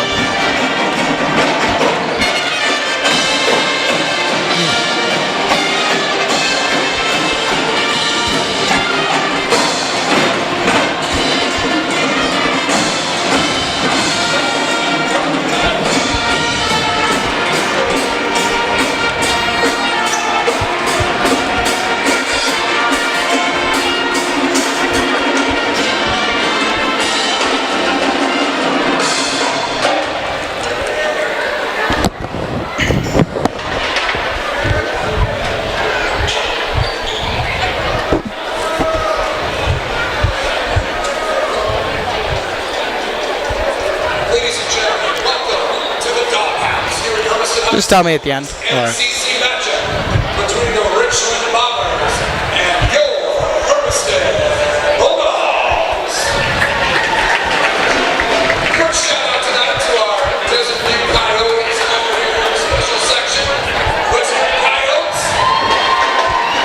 The staff of students in attendance tonight. Desert View in the gymnasium tonight as they feature one of the elementary schools each MCC home night, and with the Richland Bombers in town. And now Isaac Corey on his birthday and Drake Devon are going to be recognizing Shannon Snyder as they do recognize somebody from the staff before the start of each game. So that's down at midcourt right in the jump circle. And now Devin and Corey will have to come back over to the chairs and get ready for introductions here tonight. We get introductions as well as we take a look at the Richland Bombers first and foremost. And they will start with a freshman at guard, 6'3", Landon Northrup, along with the 6'4" junior forward, Jack Forbes, the 5'11" junior guard, Josh Woodard, 6' senior guard, Jace Voplensky, and the 6'10" junior forward, Lucas Westerfield. For 24th year head coach Earl Streifert, 178 losses to those 405 wins. It's not a bad win percentage. as he passed Art DeWald on Tuesday night, the namesake of the place that Richland will be tomorrow when they host Chiawana. Strayford assisted by Dylan Radcliffe, Austin Cook, Danny Tavasian, Drew Prudiger, Lori Stevens, and Don Morales are the trainers. Dr. Shelley Redinger, the superintendent, and the principal is Mike Edwards. The Bombers are 12-2 and 10-0 in the MCC, averaging 76.9 points per game, giving up 53 points per game. For the Hermiston Bulldogs, changes to the lineup. Hotman not available with his sore shoulder. Landon Chilhonick not here with illness. Hi, Landon. Probably joining us on the Hermiston School District's YouTube channel, HTV. And Austin Bledsoe, as we said, is in the walking boot still on his right leg. So, without Hotman, that means that 6'2 sophomore forward Braden Breland is going to get the start on the inside. Without Landon, the 5'8 senior guard Kiki Carrillo in the 5, and then the 3 we would expect, the 5'9 junior shooting guard Blake Peterson, the 6'4 junior forward Grant Olson, and the 6'2 sophomore point guard Isaac Corey. For second-year head coach Romaine Smith, who's assisted by Ricardo Rodriguez. JV coaches Gunnar Olson and Rich Devon, Matthew Bacon, John Cleveland round out the coaching staff. The superintendent in Hermiston, Dr. Tricia Mooney. The principal is Tom Spoo. The athletic director is Larry Usher. He is assisted by Vicky Paola, and the trainer for 22 years. Very busy today, Dan Emery. Bulldogs are 6-10, 4-7 in the MCC, trying to snap a 3-game losing streak, averaging 62.1 points per game, giving up 65.3 points per game. First meeting was back on December 17th at Richland, and the Bombers won 92-60, the final score. Go start with the head coach of the Richland Bombers. We check in with him. It is brought to you by Desert Lanes, and one of the things he said is they are getting closer to playing more complete games on both sides of the ball, but there are times when their offense gets stagnant, where there's not enough movement for his liking, but Luke Westerfield has gotten much, much better down on the inside. You know, there's a reality, Sonny, I assume, as somebody who is a foot and a half shorter than Luke Westerfield, I think, at 6'10", you have to grow into your body and grow into understanding how gigantic you are, and he's only a junior. Yeah, you know, I've only been a part of one team that had a guy that was really that big. That was my freshman year, Jim Lewis here at Hermiston High School. He ended up being over 7 foot tall. Watching him having to mature into that body as it was growing, you're right, because you've got a whole lot of ability there, but the coordination just isn't there with everything all at the same time. Now, you look at Westerfield. If Westerfield was like what we saw last year, we saw more of a green side of Westerfield last year along with that big team they had. If he's improved, this is going to be impressive, young man. You got to figure through a summer of activities. The way this team is playing right now, rattling off wins from Tuesday all the way back to December 9th against Davis. Just 2 losses this year. Richland comes out. They kind of throw back on the road. It's a green uniform, yellow numerals, and lettering. Richland in script writing across the chest with green on the outsides there, white and yellow down the sides. Hermiston, script Hermiston in purple across the chest of all white uniforms with white numerals trimmed in black. Tip won by Westerfield, and attacking right to left, it's poked away. Isaac Corey defending inside against Westerfield. And without Bradley Hotman, Corey is going to be the one who starts on the 6'10 big man. Hermiston's 6'2 sophomore on the inside. It goes into Westerfield. He gets it in the paint. His turnaround back iron into the hands of Peterson. So Westerfield gets a chance at the 10. Peterson's got it the other way for Hermiston. Braden Breland on the wing. Up top to Isaac Corey. Peterson left wing. Head fake, so get past Northrop. Try a floater. Hit it on the run from 8 feet away for the first points of the game. 30 seconds in. Popolensky on the right side. Kick it out left wing. Northup head fake. Kiki Carrillo checks him. Back over to Popolensky on the right. And he will run right over the top of Carrillo, who slid over and drew the offensive charge. You know what? It's early, but that's a great read there by Kiki Carrillo to get over in position. What do you think? Yeah, let's make it the next chapter bookstore read of the game. Hey, find new books in all genres, from children's picture books, middle grade, and young adult, to fiction, thrillers, true crime, and everything in between, plus lots of bookish gifts. Along with an art wall and a game wall, step into your next adventure with the next chapter bookstore. The read of the game there by Blake Peterson really was tremendously done to get in there and then stand there to take the charge. Now they finally got it ironed out. The official gave the book a different number than it's actually on the court. So Popolensky with the first foul. Hermiston possession up by 2. In the first meeting, it was pretty even Steven for about 6 of the first 8 minutes of the game. Top of the key, Corey short on a three-point shot. Woodard has it. Up to Popolensky, pull up 6-footer, glass around it out, and it's poked into the corner by Forbes, secured by Isaac Corey. The sophomore point guard for Hermiston, up onto the right wing for Peterson. Blake Peterson holding on the right, guarded by the freshman Northup. Pick and pop around Grant Olson, picked up his dribble, throws it back towards the bench. It's tipped out of bounds. Forbes couldn't quite intercept the ball, and so Hermiston will have it on the sideline. And they are starting off with that real tough. Popolensky is the one guy that's man up on Olson right now. Down inside, and a nice move by Breland to go up and under, use the rim to shield off Westerfield, and it's 4-0. Other end, quickly down, Josh Woodard loses the ball. Corey for Hermiston, he'll put on the burners, blocked away by Westerfield. Popolensky throws it up, Westerfield racing the floor, Kiki Carrillo cuts him off, left side, and Josh Woodard with the finish. 18.6 points per game, the number 3 scorer into the MCC, has Richland within 2. 4-2 scoreline, 6:03 left in quarter number 1. It is a man-to-man defense for Richland. Peterson will muscle his way in, bounce pass to Breland, cutting from the top of the key to the 10. And we noticed that the other night, Eric, Breland was one of the few people that was really moving an awful lot in that game.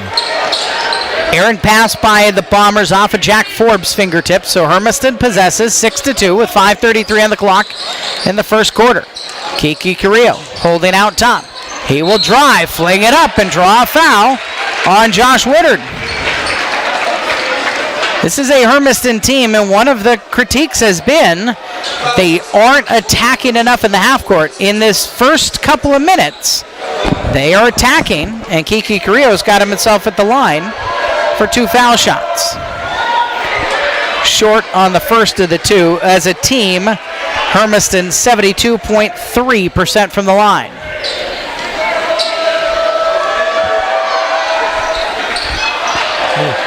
Oh for 2 trip for Carrillo, stays a 4-point Hermiston lead.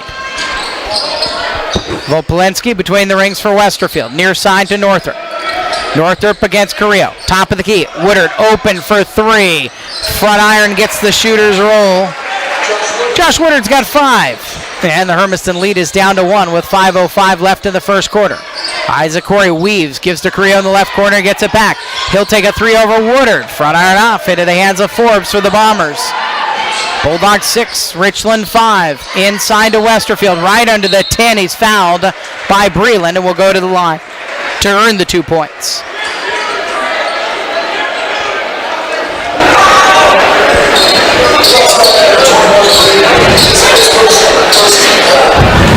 Luke Westerfield averaging 13.7 points per game. As a team, they are 70% from the foul line. And Westerfield makes the first of the 2 to knot the game up at 6. And now it's a 7-6 Richland lead on the second foul shot falling as well.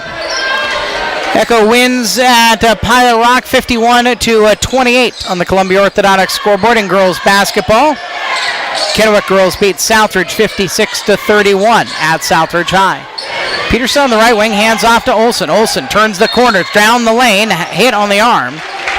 And Landon Northrup was the one who was trying to keep up, commits the harm. Foul will be before the shot. Carrillo will come out. Drake Devitt, the 6'2 sophomore guard, into the game. Bombers also put Brock Streufert, the senior, into the game for the first time. Nice pass. Devitt to Peterson, and Westerfield erases the shot attempt. Woodard chases it down. Kicks diagonal pass, Volpolensky to a cutting Woodard. Misses the shot as he hangs into the air. Corey's got it for Hermiston. Bulldogs down by 1. Devin steps into a transition. 3, back iron it in. Drake Devin. Could they get a night like they had with him against Hanford, where he hit 5 triples on January 7th? The 3 puts Hermiston in front by 2. Woodard to answer at the top of the key. Splashed it. That's the last thing you wanted to let him do, is get on a roll. He is tough shooter. 10-9 Richland. 3:40 left in the first quarter. Breland to Grant Olsen at the top of the gate. Right side for Corey. Corey circling. Hands off to Devin coming to the right. They weave up top. Corey, left corner, ties a 3-point shot. Back iron off, just hasn't been able to find his range. The ball's tipped up in the air. Olsen gets it on a good hustle play by Breland. Bulldogs keep the possession, get another shot clock. Right wing, Devin 3-ball. Front iron off, and then a foul. Peterson got the arm of Jack Forbes as he pulled the board down.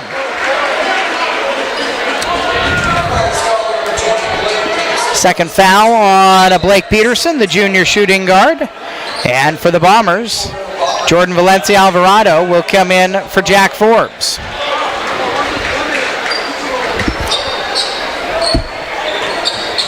His first foul on him. Right to Valencia Alvarado, he comes in and he hits the 3. And a timeout, 30-second variety timeout for Romaine Smith. Well, the pace is there.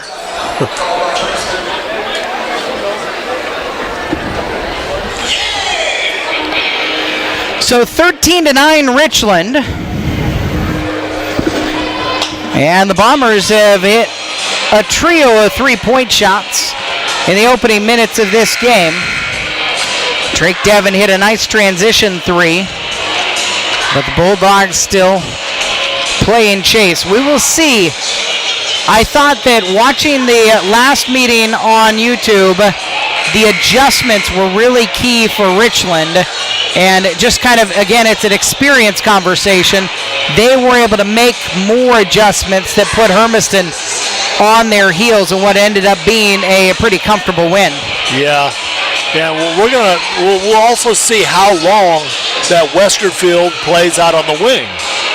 I mean, 6'10", I don't care how strong you are, there's nobody that's within 8 inches of him. Peterson takes the inbound out of the 30. Peterson will drive right side. Got himself to the 10 pass. Streufert and lays it in.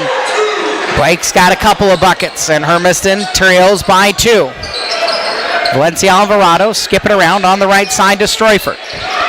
Streufert holding in front of the student section. Lob skip pass to Volpolensky inside. Westerfield lays it in for his first field goal of the game. 2:35 left in the first quarter, and Isaac Corey is fouled at the top of the key by Jordan Valencia Alvarado. It is his first foul and the 4th team foul on the Bombers. Forbes comes back in. Westerfield comes out. Earl Streufert did say that when they take Lucas Westerfield off of the court, they do play with a lot of flow offensively. This can be a very fast-paced team when they essentially go with the 5-guard look like they've got now. Right corner, Peterson hoists a 3-ball, high arcing shot back iron into the hands of Forbes for Richland. 2:20 left in the first quarter. 15-11 for the visitors. Forbes lobs it. Right side, Woodard, a head fake, pass Devin to the baseline. His 12-footer splashed. Woodard's at 10. And the lead is now 6, just over 2 minutes left in the first quarter. Isaac Corey spins off of a pick and pop up top, out to the right side. Devin, short on the three. Corey pokes the ball up into the air, gets the ball from Devin. He'll drive baseline, head fake under the basket, blocked by Forbes, out of bounds.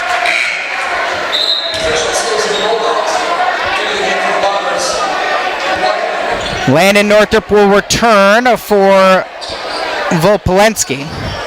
Corey's the inbounder of the basket to his left on the baseline. Bounces it in. Olsen on the block. Olsen got a one-on-one on the block against the freshman Northrop and gets his first points of the game. Minute 42 left in the first quarter. Left side and a three-pointer. Front iron off for Northrop. Rebounded by Corey. Corey will let everybody clear and bring it into the front court for Hermiston with 90 seconds left in the first quarter, with the Bulldogs trailing by 4. Isaac coming left, hands off to Devin, circling, foul line, runner, front iron off, rebounded by Forbes. Lobbed up court.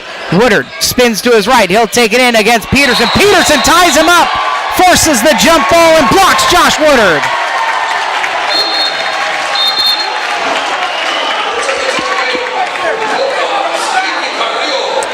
Peterson's going to get a break. Kiki Carrillo will replace him. And Lucas Westerfield back into the game after a brief break for Richland. Absolutely great job by Peterson that time. Minute 16 left in the first quarter. Hermiston trailing by 4 as Carrillo runs the point into the front court. Left side, hands off to Olsen there. Double team comes to Carrillo in the left corner. Carrillo will work back out top.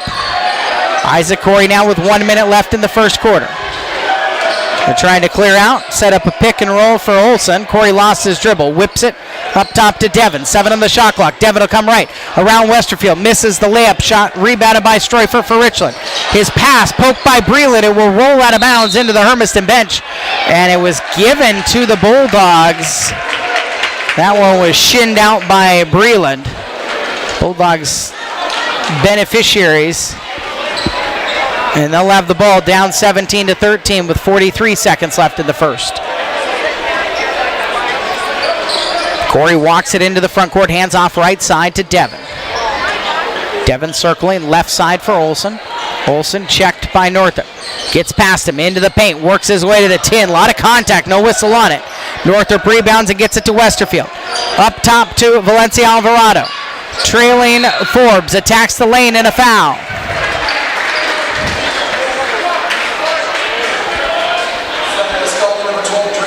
Drake Devin called for the foul.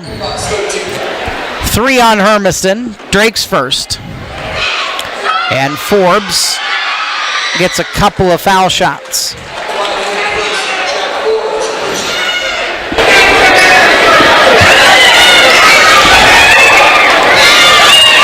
19.7 seconds left in the first quarter. Forbes misses the second, and Olsen's got the board for Hermiston. 18-13 the deficit for the Bulldogs. Olsen against Northrop will come to his right, hesitates, split between Northrop and Westerfield to the 10. Grant's second bucket makes it a 3-point game.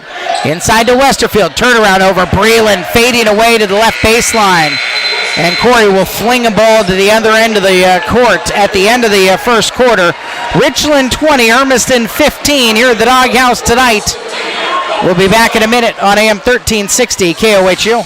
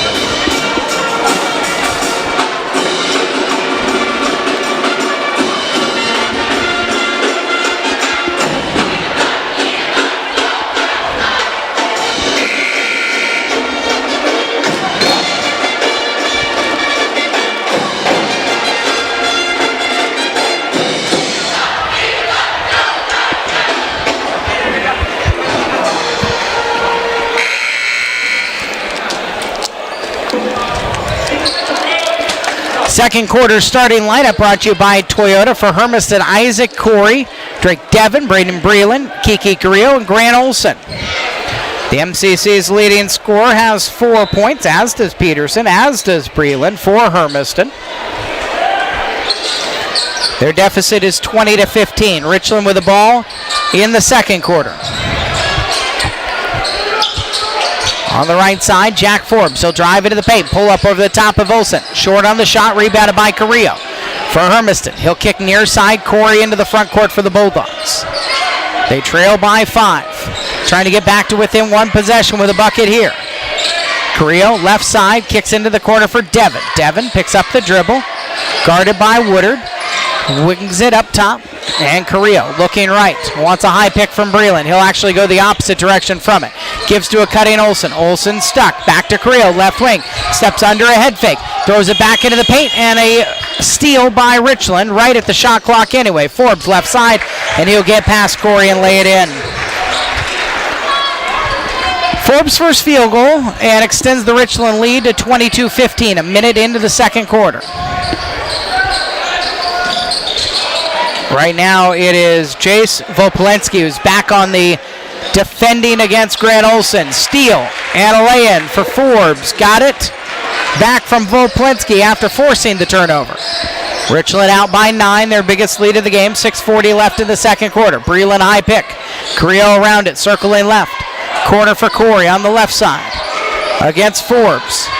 Corey out in the perimeter, crosses over, head fake at the left block. Blocked from behind it, a foul.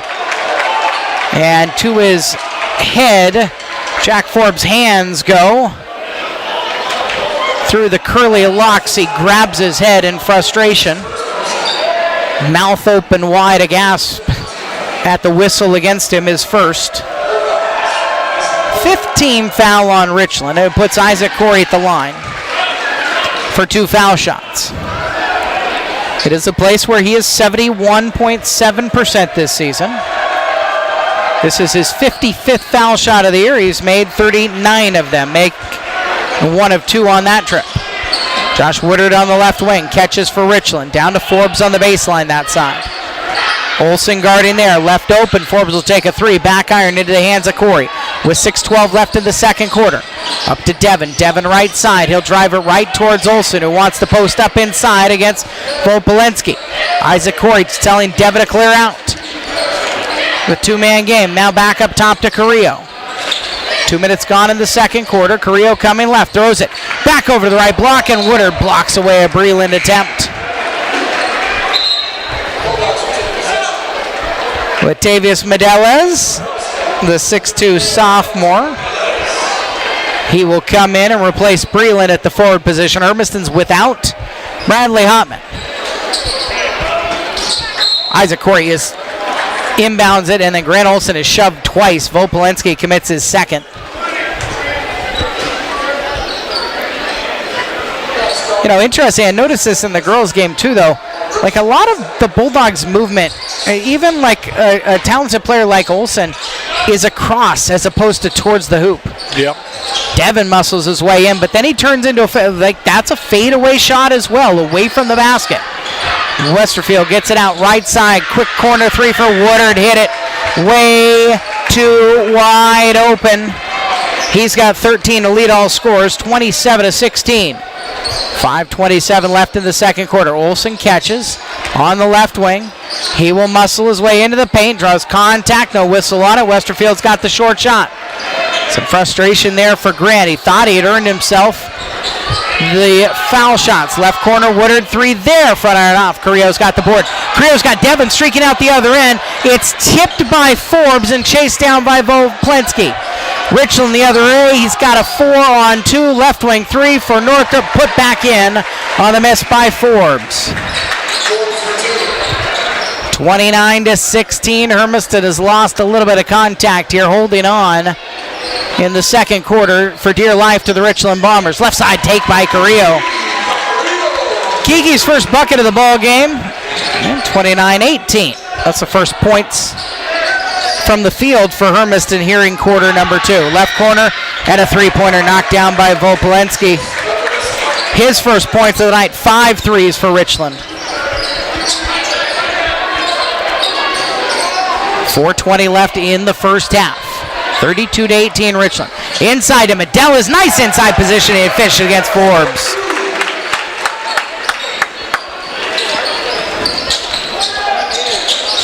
Into the right corner, Vopolenski just steps into a three-point shot, might have shuffled his feet into it, hits a three, and a timeout by Romaine Smith.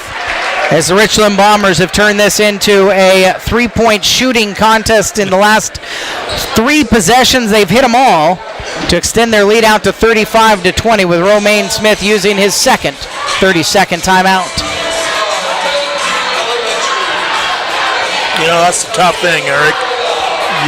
You force them out, but you're exactly right. 2 out of the last 3 three-pointers have been so far out in the open, nobody even running at it. They've just been moving the ball that quickly.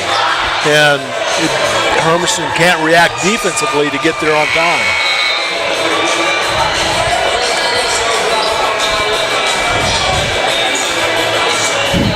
We started to see Braden Reeland really play well Tuesday night at Walla Walla. Latavius Medelas get his first varsity minutes of the season. He's 6'2", so you've got a really dynamic potential there as well. Halfway point of the second quarter. Medelas is out there on the inside right now for Hermiston. Isaac Corey picks up his dribble, throws it up to Peterson. Peterson through his hands, gets it down to Olsen under the basket. He's shoved out of bounds. Oh, they call it stepping out of bounds. You got to look up occasionally, official.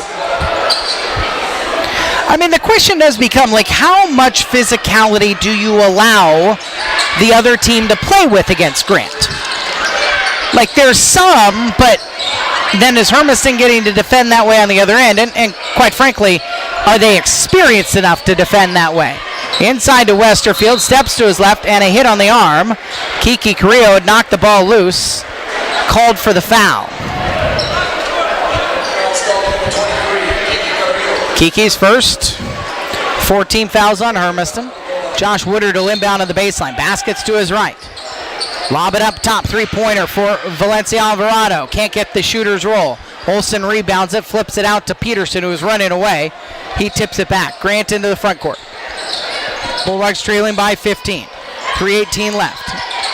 Olsen, spin move to his left, down inside to Peterson. His floater rolls in on the left baseline on the assist from Grant.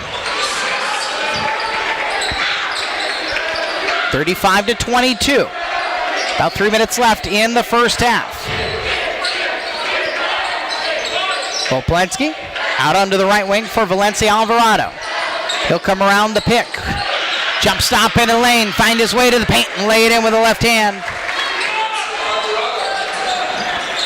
So the lead for Richland is 37-22. Peterson threw it across the lane and through the hands of Medelas out of bounds. LT just not ready for that rifled pass diagonally across the paint. Yeah, nice look though. He was wide open for the lay-in had he grabbed it. 15-point Richland lead. Bounce it onto the left baseline. Valencia Alvarado in the wing, gives it to a cutting Westerfield. Westerfield under the basket, gets shoved down, and he lays it in. I mean, I'll protest on the other end too. That's a foul. Yep. And then on the other end, Corey got hit up high by Forbes, who commits his second.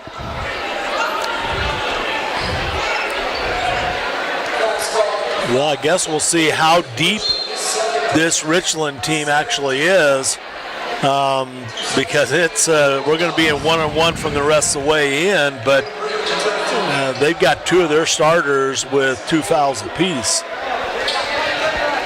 It's deep. Yeah, I know. It's Richland. We had to say that. Gunners become Bombers. They got like 5 teams up there. Like, you're required to play basketball if you go to Richland High School. So it's like 2,400 kids all playing basketball. I don't know. Yeah. Foul shots go down for Corey. He's got 3 points now. Valencia Alvarado will attack, and he is fouled. Devin just pick up his second. 5 team fouls on Hermiston with 2:10 left in the second. It is confirmed that it is Drake Devin's second. And so Valencia Alvarado at the line. with 2 foul shots coming.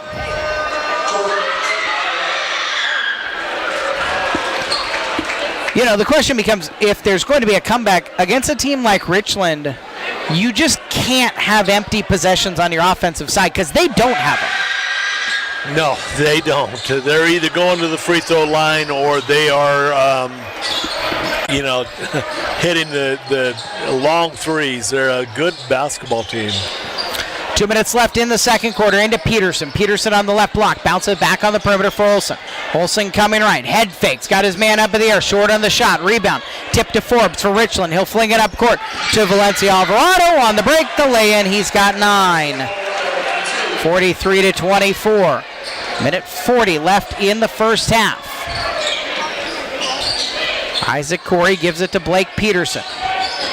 Coming right. Peterson will hand off to Devin. Devin circling to his left. Dribbled off his own foot. Steal by Forbes. He's all by himself. Coming the other end. Left hand slam. And the Richland students, joined by their sub-varsity teams, start to be more boisterous. Hand off to Peterson in the paint from Breland. Nice assist. And Peterson's got 8. 45-26 with 1:05 left in the fourth. And a left side 3 hit by Jace Woodard. That's why he's fresh off the bench and he just cans a 3-pointer. A minute left in the first half and a missed jumper for Corey. Rebound by Forbes. Forbes threw it away. Steal by Olsen. Throws it up to Peterson. Peterson left side of the hoop. Turns his back to the hoop and flips it up over his head and in. 28-4. Now he's down by 20 for Hermiston. 32 seconds left. Westerfield on the block. He will pass it back on the perimeter. Come out, set a high pick. Pick inside. And Devin's going to call for a holding foul underneath. It's Drake's third. 6 team fouls. Hermiston really doesn't have the depth of their bench tonight to get too many people in foul trouble. Devin will come out. Kiki Carrillo will replace him. Reminder, Hermiston's playing without Bradley Hotman for the second straight night. Still nursing a shoulder injury. And Landon Chilhonic, also normally in the starting lineup, sick today. Valencia Alvarado, 15 seconds left. They get it inside to Westerfield. Skip into the left corner. Woodard tees up a 3-pointer. Off iron. Peterson pokes the ball. Corey's got it. Take it to the floor. Saved in. Peterson. Up court to Olsen. All by himself the other end. One bounce and he will take 2 hands to jam it down right before the buzzer. 48-30 the score line as the teams head into the locker room here at halftime. It's an 18-point Richland lead, but a nice little spark for Grant Olsen and the Bulldogs as they head into the locker room here at the halftime break. Richland trying to stay perfect in the MCC. Hermiston trying to pull off the upset here at the Doghouse tonight, a Friday night in the Mid-Columbia Conference. We come back with halftime presented by Devon Oil Circle K. And we'll do things in reverse. When we come back, we'll get you first half stats. And then in the second half of our coverage, we will be joined by one of the members of the Hermiston cheerleaders who are down getting set to present their competition routine that qualified them for state next weekend. And so we will have a conversation live with one of them here on the Devon Oil Circle K halftime show as we continue from Hermiston High School here on AM 1360 KOHU. Ladies and gentlemen, here at halftime entertainment, we're proud to announce this is our state qualified cheer team, their first year of competitive cheer. They're going to be performing next Saturday, February 4th at 1:35 p.m. They'll be a lengthy trip to Vancouver when you stream it to the WIA. Put your hands together for the Hermiston Cheer Squad.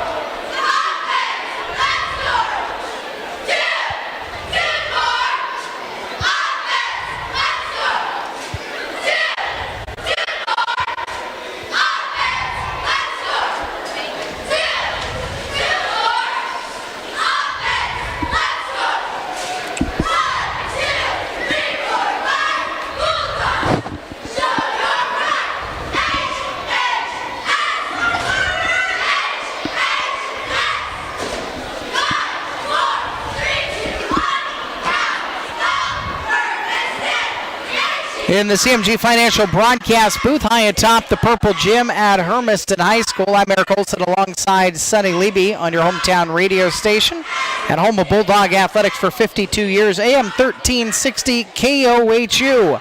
We welcome you as well online at gohermiston.com and mixler.com/1360 KOHU. The web stream powered by Eastern Oregon Telecom, that's internet, at the speed of life.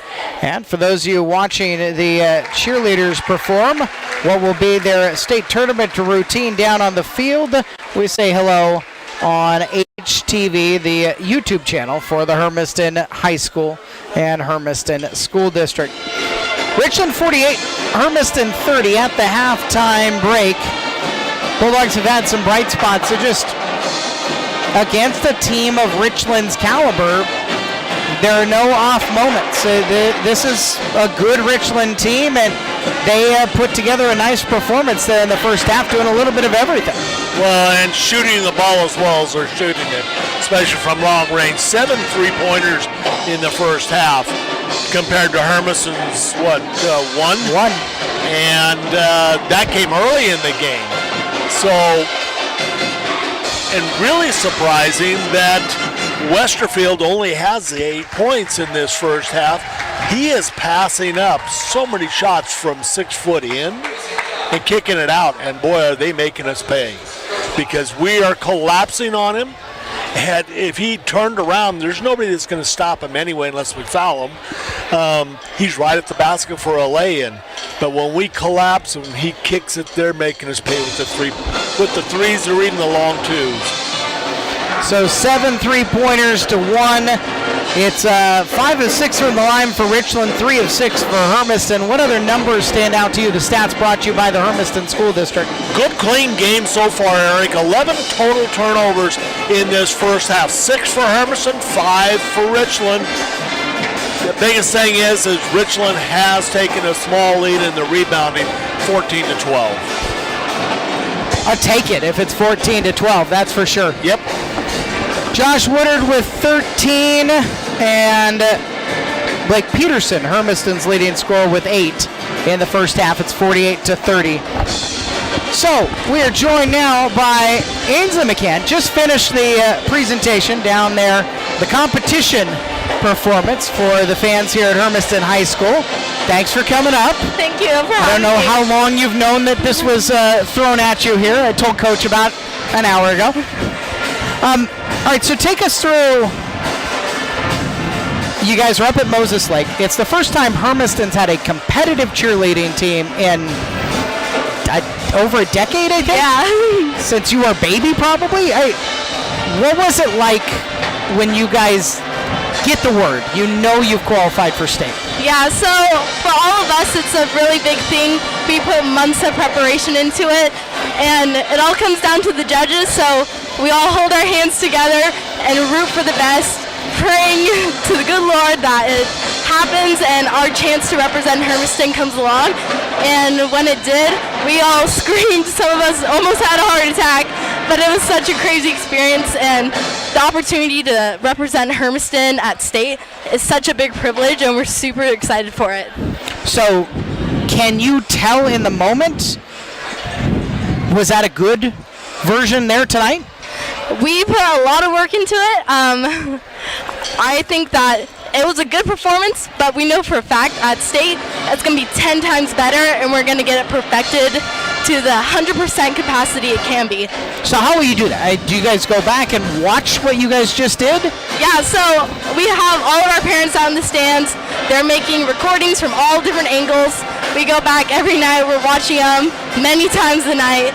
And when we go back to practice during the week, we sit down, talk about what needs to get fixed, and we get straight to work and get it done. So the football team's got 2 angles, the basketball team gets 1 camera angle, and you guys have like 90 camera angles to look at. What goes into putting together a competition performance? So for our team, we started back in November, I want to say, and we had an amazing choreographer come down from Dallas, Texas. He came, we spent a whole day with him getting every little thing perfected, and then months go into perfecting it, making it work for our team in general. and then going out and performing it and doing our very best with it. When are you guys doing your practices and where? Yeah, so there's only so much space in the building. Yeah, so we actually go to West Park Elementary, and we have about a 2-hour practice every day after school. We're working the whole time, making sure we're just running it over and over again, critiquing and getting all those spots that we might have messed up the time before and perfecting it so that we can have a clean run through and hopefully do really good at state. How would you describe it for somebody who hasn't seen it? Yeah. Describe what's going on in that, about 2 minutes or so? Yeah, so we compete in game day performance. So the whole concept of it is like you're going into a game and you're seeing the whole experience of a game. So we have our band chant. The band is a big part of every game. They're there all the time rooting for the team just like we are. So we have that. We do a lot of dancing, yelling, rooting for our team, and then we end it with the fight song, which we play many times a night at any game you go to. You hear the fight song. So to really wrap up that game day experience, we have the fight song there for you. All right, well, good luck this weekend at State. We appreciate the time. Thank you for having me. Ainsley McCann with us here, halftime, presented by Devon Oil Circle K. We'll come back in 1 minute with the second half here on AM 1360 KOHU.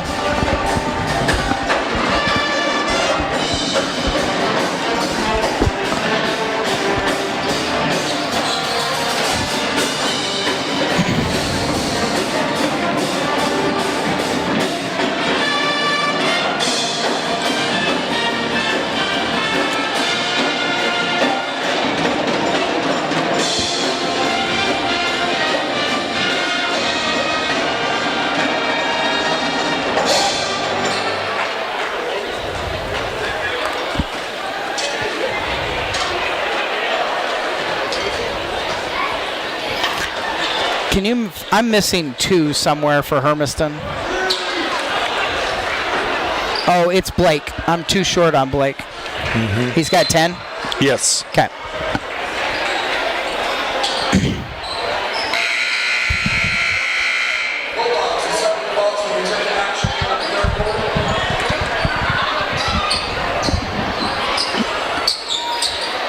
Eric and Sonny back here in Hermiston's second half action. Bulldogs trailing 48-30. Blake Peterson will be the inbounder. Second half starting lineup brought to you by Rogers Toyota and Isaac Corey, Grant Olson, Braden Breland, and Kiki Carrillo. Olson, 6 points in the first half. He'll give to Breland, right corner for Corey, whose 3 points all came from the foul line. No field goals yet for Hermiston's second leading scorer. Carrillo coming left, bounces it back out on the perimeter. Corey there. 10 on the shot clock. Corey picks up his dribble. Bounce inside to Breland.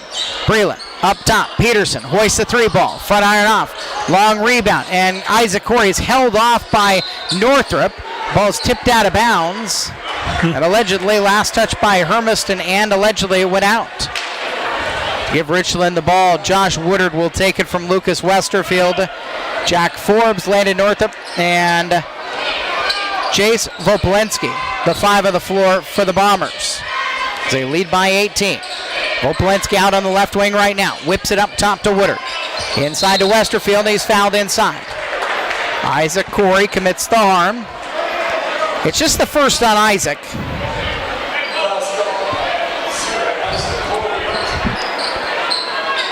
Baseline inbound coming for Woodard. He'll lob it into the paint. Floated in by Forbes. Lifted himself up and elevated right to the tin for the lay-in. 20-point lead again. Corey gets his first field goal there on the attack past Forbes. Minute into the third quarter. Down inside. Back up top, Westerfield. Lefty 3 ball. Off iron left. Olsen pings it away from Northrop, and he's got it for Hermiston into the front court. Grant Olsen against Vopolenski. Skip pass across over to in front of Romaine Smith on the Hermiston sideline. Kiki Carrillo hesitates, drives right, spins back to his left, bounces it. Breland looked away, chases it down in front of the bench. Back up top to Corey. 8 on the shot clock. Corey backs his way down. Missed the shot, fouled on the putback. And Jack Forbes will commit his third to send Isaac to the line for a pair of foul shots.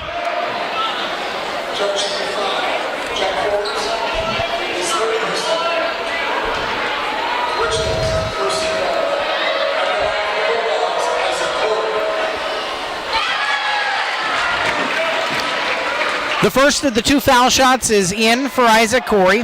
Now the sophomore guard will get his second teed up. Halfway to his season average of 12 a game. And the second one goes as well, 50-34. Hermiston's deficit is 16 with 6:20 left in the third quarter. Inside to Westerfield, he lays it in, +1. Breland fouled him, and it's a chance for a 3-point play. Yeah, that's what they're attempting to do, trying to get it in there and make him. He wants to go ahead and shoot it. They got to get him to shooting the ball in there. So Westerfield into double digits now, and he has 11 with the foul shot falling as well, to get the lead back up to 19 for the Bombers. Isaac Corey will come into the lane, pick up his dribble, bounce it left corner for Peterson. Round a pick from Olsen. Peterson will drive. Lefty floater and a foul. Peterson earns himself a trip to the line on a late foul. After he got the shot away, Westerfield bumped him with the body. It is his first foul of the game. Second-year coach Roe Smith calls Braden Breland out of the rebounding area. He's got his hand on the shoulder of Breland and hand on the shoulder of Corey, giving some instruction to those two. Peterson's first foul shots of the game both go. And he's got 12 to lead Hermiston in scoring. 53-36 is the score line 2 minutes into the third quarter. Down inside, Westerfield passes it into the corner for Forbes. He'll drive and kick. Extra pass. Down inside, Westerfield again. Pass Olsen. Kicks it out to Forbes again on the perimeter. Lots and lots of sharing, and Volpolenski misses the jumper on the right baseline. That was probably the hardest shot that they got in that possession. Yeah. Corey will drive. Corey will get pushed to the ground, and it's out off of Isaac. Somebody is missing a pretty good game down there right now. 30-second timeout for Earl Streufert. And the Richland Bombers, he'll huddle everybody around. 5:39 left. And this is, I presume, based on that last possession. With them up 53-36, this is like, look, guys, passing's great, but at some point, you make the extra pass, somebody hit the outside shot, or Luke, if you get all the way to the basket, just reach the ball up and drop it in. Well, he was a foot and a half away from it twice and passed it up on bounce passes. Isaac Corey there used the pause to quickly ask what exactly more does he have to do as he gets physically manhandled on a drive to the basket to get a whistle. I don't know exactly how the official explained it. I would think it would have been hard based on the way that last play played out. 5.5 minutes left in the third quarter, 53-36. Peterson pokes it out of bounds on the far sideline. Took it out of Josh Woodard's hands. Richland will host Chiawana tomorrow. Down inside, Westerfield passes it across at a foul on Volpolenski's effort. Carrillo called for his second and the third team foul. We'll put Jace Volpolenski at the line, where he is 14 of 16 on the season. That's 87.5%. And now it's even better than that as the first one falls in for him. A sub as Jordan Valencia Alvarado will come into the game for Jack Forbes. And Volpolenski's second foul shot with 5:25 left in the third makes it 55-36 as he hits both.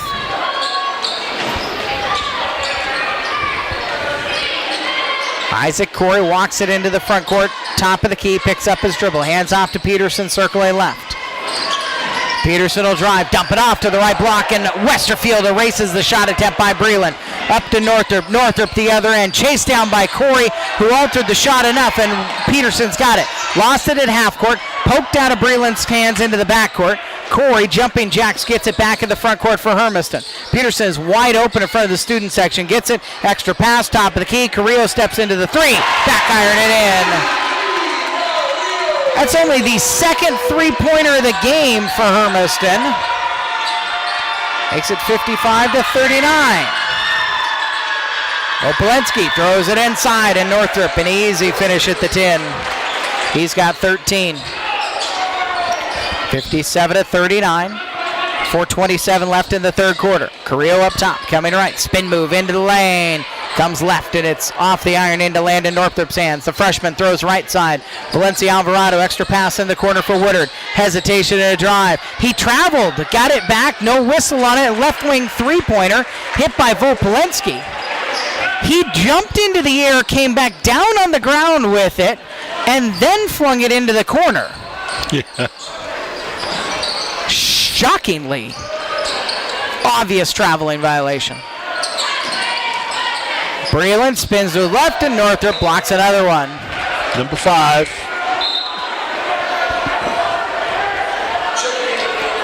Northrop comes out, and Brock Streufert will replace him. Jack Forbes is back to the scorer's table. And he's in for Westerfield. Latavius Medellez for Hermiston, along with Drake Devon. Inbound goes into Grant. 6 points all in the first quarter. He'll drive to the paint, get fouled, and earn himself a trip to the line for 2 more foul shots. And Volpolensky's committed his third. The difficulty is this is the type of night it's going to be. It's going to be an incredibly physical night, and he's going to have to get hammered on and probably earn most of his points at the line. But it takes a willingness to do that and to kind of physically come away from a Richland game beat up. Nice thing about it is he is a good free throw shooter and just has to take this into the game. He makes both, and Romaine Smith wants a full timeout. It's 60-41 in favor of Richland with 3:46 left in the third. We'll take the 1-minute break as well on AM 1360 KOHU.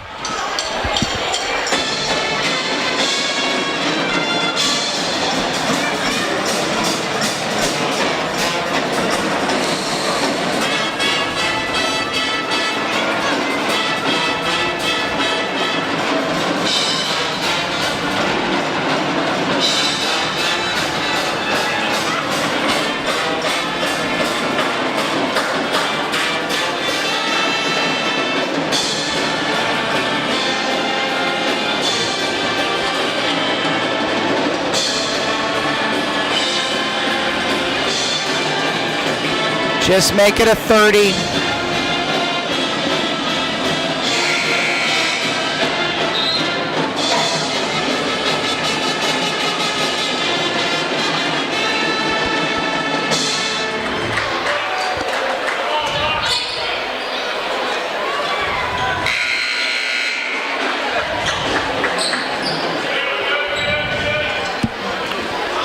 Out of the Hermiston timeout, 60-41 with 3:46 left in the third quarter. Josh Woodard is back into the game, kicks onto the right wing for Jace Volpolensky. Back inside, and Isaac Corey reach and foul against Valencia Alvarado. Corey gives the official Tim Duncan eyes. There's no way I could have done that. It's his second. And the fact is, he's getting a little gun shy because he's been hammered 3 times now. Woodard will drive and kick out to Valencia Alvarado on the left wing. Back up top to Streufert. Kick right. Volpolensky there. Hermiston zoning right now. Bounce on the left wing for Forbes. Forbes lobs it back up top again. Streufert into the paint. Volpolensky right corner. Woodard 3-ball. Might have been blocked by Petersons off the side of the backboard. And it is tipped, so it will stay with Richland. But the shot clock had reset, and it should not do that. No. There should be 5 or 6 seconds on this shot clock. Well, they're going to put 4 on it. So Josh Woodard inbound. The basket to his right, 4 seconds on the shot clock, 3:10 left in the third quarter. Passes in, it's poked away. Good play by Devin to poke it into the hands of Peterson. Peterson throws it up court to Medelas. Medelas hands back off to Peterson after he gets across the timeline. Peterson drives left baseline. It's poked out of his hands. It'll stay. Hermiston ball on the baseline. 19-point Richland lead. Under 3 minutes remaining in the third. Inbound lobbed in by Corey. Pass stolen by Volpolensky up to Valencia Alvarado for Richland. Streufert left wing. Streufert fouled. Devin got up into the air and Streufert just took pretty much all of his body into his shoulder. 5 fouls on Hermiston, and it is the 4th foul on Drake. So Kiki Carrillo comes back in. By the way, the Hermiston Bulldog basketball programs lead the MCC in fouls. The two programs have combined for over 500 combined fouls called this season. Woodard dumps it off left. Block and a finish by Volpolensky. What is the next closest team to him? I don't know. Because that's an awful lot of fouls. Foul on Medella's putback. It looked like Forbes cleanly blocked that ball. And Forbes going to be called for his 4th. Yeah. Well, all right. So Richland has now committed 11 fouls in this game. It brings their total for the season on the boys' side to 208. And Hermiston has committed now in this game 11, which brings their total to 263. And Richland's probably a little bit above average. And then on the girls' side, Richland has committed about 211 fouls. So Richland's two programs have got about 420 fouls. About 80 fouls fewer. Streufert, rebound, putback missed. Isaac Corey's got it for the Bulldogs. 62-42. Medella's in the paint. Back up to Corey. Open at the top of the key. Passes up the shot. He'll drive. Throw it to Medella's off his chest. Gets it back against Westerfield, and he erases another shot. Pass up court. Olsen slowed up. Intercepted. Olsen coming right. Offensive foul's going to be called. Streufert and Volpolensky. Volpolensky being checked up by Streufert. You're right there. You just got hit by a bus.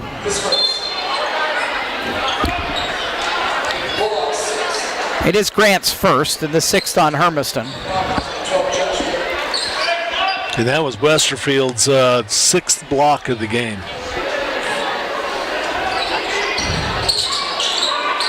He's 4 away from a triple-double night. Now he's got to get some rebounds yet. Left side, turn and finish. He's got 15, 95 seconds left in the third quarter. 64-42. Isaac Corey, top of the key, 3. Hits that one. Isaac's got 10.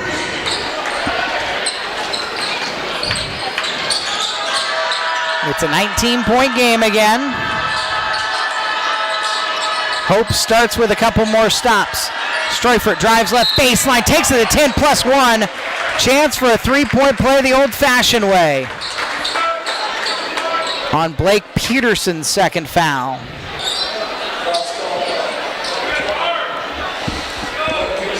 Well, they gave that to Woodard.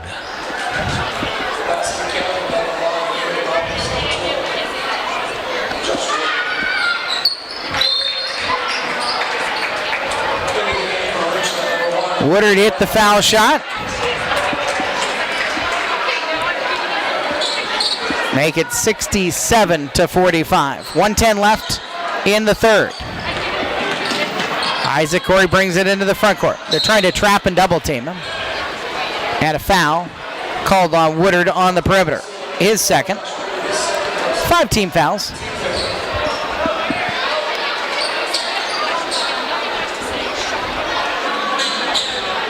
They're trying to deny Isaac right now. Well, they're just playing strong man-to-man denial. Bounce pass inside to Medella as he got inside Westerfield and has a bucket on the pick and roll. 50 seconds left in the third. 20-point lead for Richland. Right side for Northrop. The freshman picks up his dribble. Around the perimeter left. Woodard's got it there. Woodard with 16. He's the leading scorer for Richland. Gives it to the second leading scorer, Westerfield, who's got 15. Out top at a foul. Olsen got up into the air and hit by Woodard. Olsen commits his second. 8 team fouls on Hermiston. And this is Jace Woodard at the line in a 1-on-1 situation.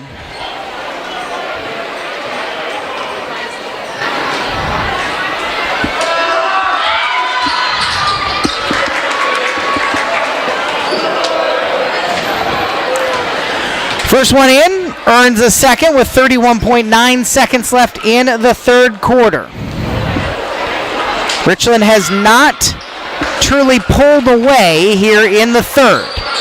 And so 69-47 with final half minute of the third quarter. Carrillo to Peterson, right corner. He'll circle all the way to the right, throw it up over his head. It's tipped out of bounds off Medelis' foot last. Richland ball with 18 seconds left in the third quarter. Peterson will pressure in the full court. Josh Woodard brings it up. Carrillo will pick him up at half court. Hermiston looks to trap. To Westerfield between the rings. Hands off to Woodard. Coming right. Woodard found a head of steam right side. Olsen blocks away the shot. Carrillo's got it. 3 seconds left. Coming left side. Carrillo takes left side. Missed rebound. Put back Medelis. Gets it at the buzzer. Count the bucket.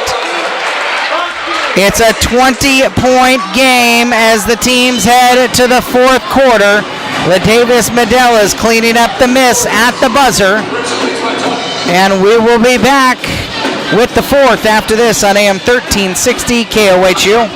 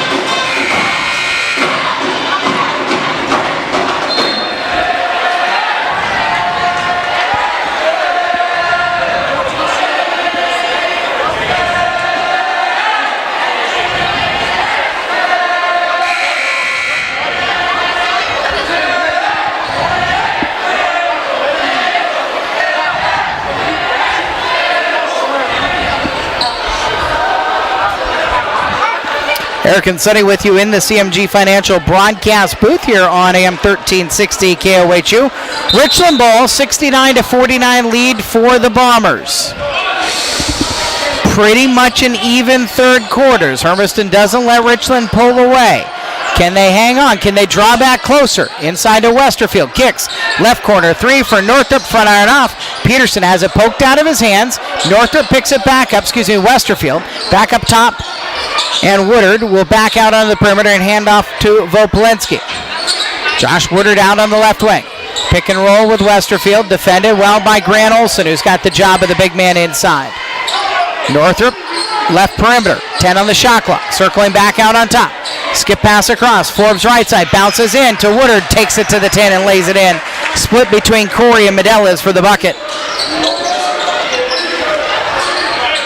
Woodard's got 18 to lead all scorers.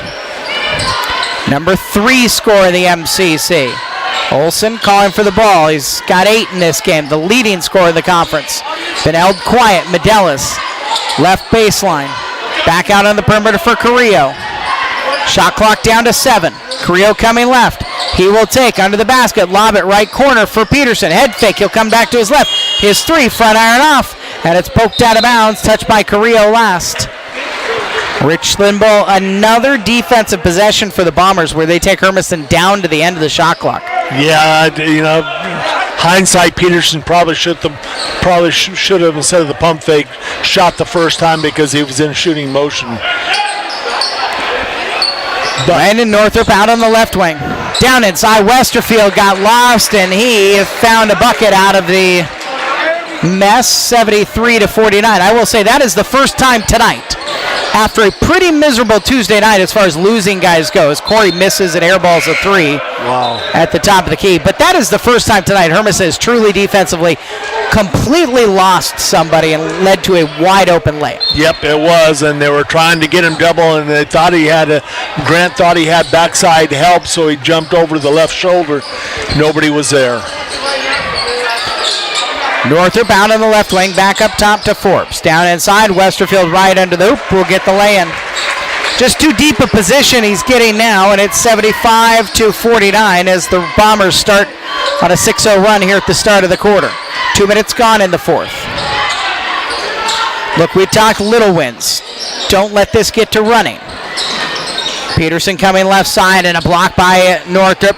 Peterson got it back, threw it into the paint, and Breland's got to finish for his first bucket since the first quarter. Right corner, Vopolenski three-pointer, got it. His fourth triple of the night.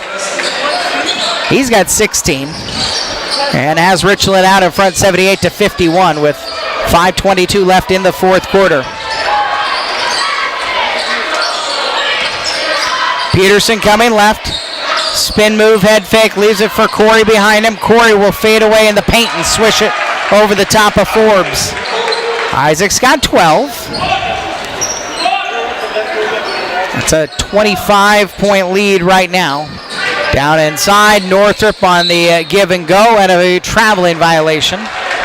We'll give it back to Hermiston on what has been pretty rare for Richland, a turnover. Yeah, it's, by my count, that's only their 8th turnover on the night, Eric. Under 5 minutes left in the fourth quarter, 78-53. Stats like that brought to you by the Hermiston School District. Creo between the rings. Coming back left, he'll hand off, fake a handoff, and keep it. Lob back to Peterson. Peterson will drive into the paint, missed everything. He's asking, why did I miss by 3 feet? Where's the foul? Vopolenski, other end, lays it in. He's got 18, 80-53. Corey, bounce it inside. Nice job, drew the double and bounced it into Breland for the finish. 80-55 with 4:10 left in the contest. Can anybody get Richland? This is a very solid squad. And they've got the unicorn. Nobody else has got 6'10" like Lucas Westerfield. Top of the key 3 for Northrop. It has been a bit of a frustrating offensive night for the freshman for Richland. That's his first bucket. He's averaging over 10 a game. That makes it 83-55. Well, one of the teams left who could do it is on the agenda tomorrow for Richland. Pass behind Peterson, he loses it. Northrop's got it, coming the other end, and an easy left side lay-in. Timeout for Romaine Smith. It'll be a full pause with 3:26 left in the fourth. 85-55, and we'll take it as well. Back in a minute on AM 1360 KOHU.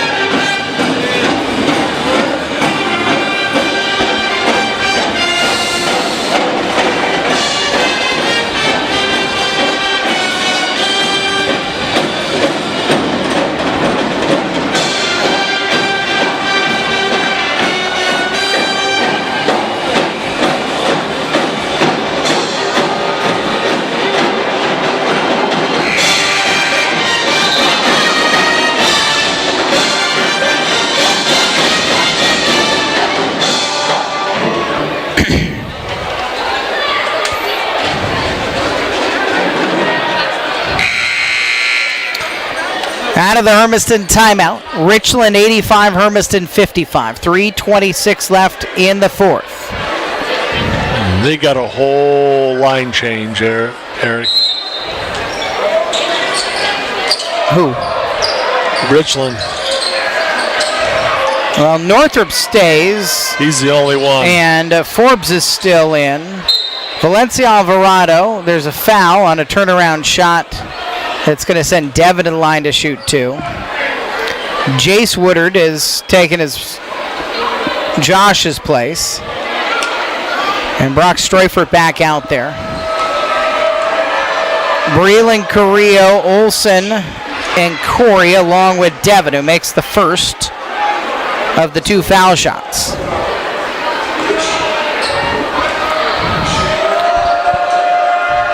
Drake 2 for 2.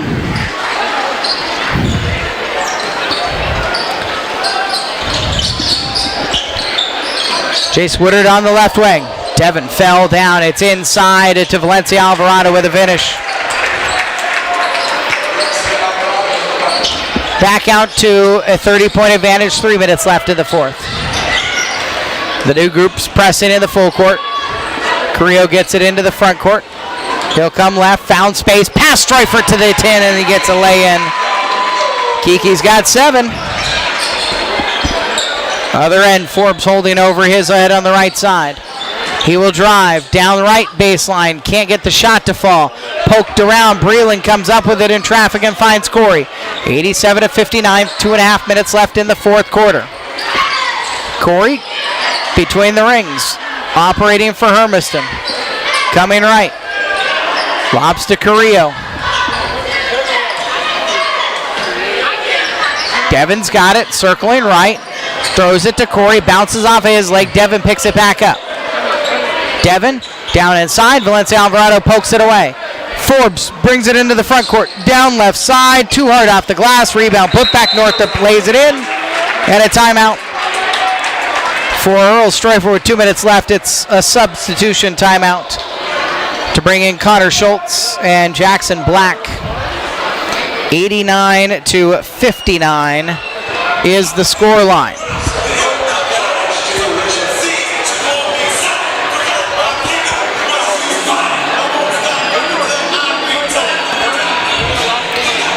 So Chiawana tomorrow is a big test. Kamayakan a week from tonight is a big test. The good thing for Richland, they're both at Artewald Gymnasium. They have already won at those 2 places. And don't overlook Kennewick next Saturday. So they got Kamayakan and Kennewick next weekend, plus Chiawana tomorrow, and Walla Walla on the final day of the regular season. So the undefeated is not over yet. Devin drives. He is fouled. Streufert commits it. And so Drake Devitt is back to the foul line for 2 more shots. And they'll be in the bonus for the rest of the game anyway now. So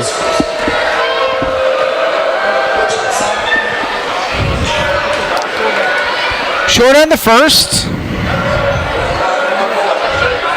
Bulldogs are at Pasco tomorrow, and then the last 3 are here. Hanford on Tuesday, Chiawana next Saturday. They have the bye next Friday night. And then they finish out with Southridge, which could be for a playoff spot. Valencia Alvarado is fouled, and he's going to go to the foul line. He was down on the left block, spun around, and got hit. by Akers. Oh, it was by Akers. I couldn't tell if that was a 13 or a 12. So Robbie Akers, who's in, commits a foul. Carter Cleveland has come into the game. Emilio Rodriguez has entered the game.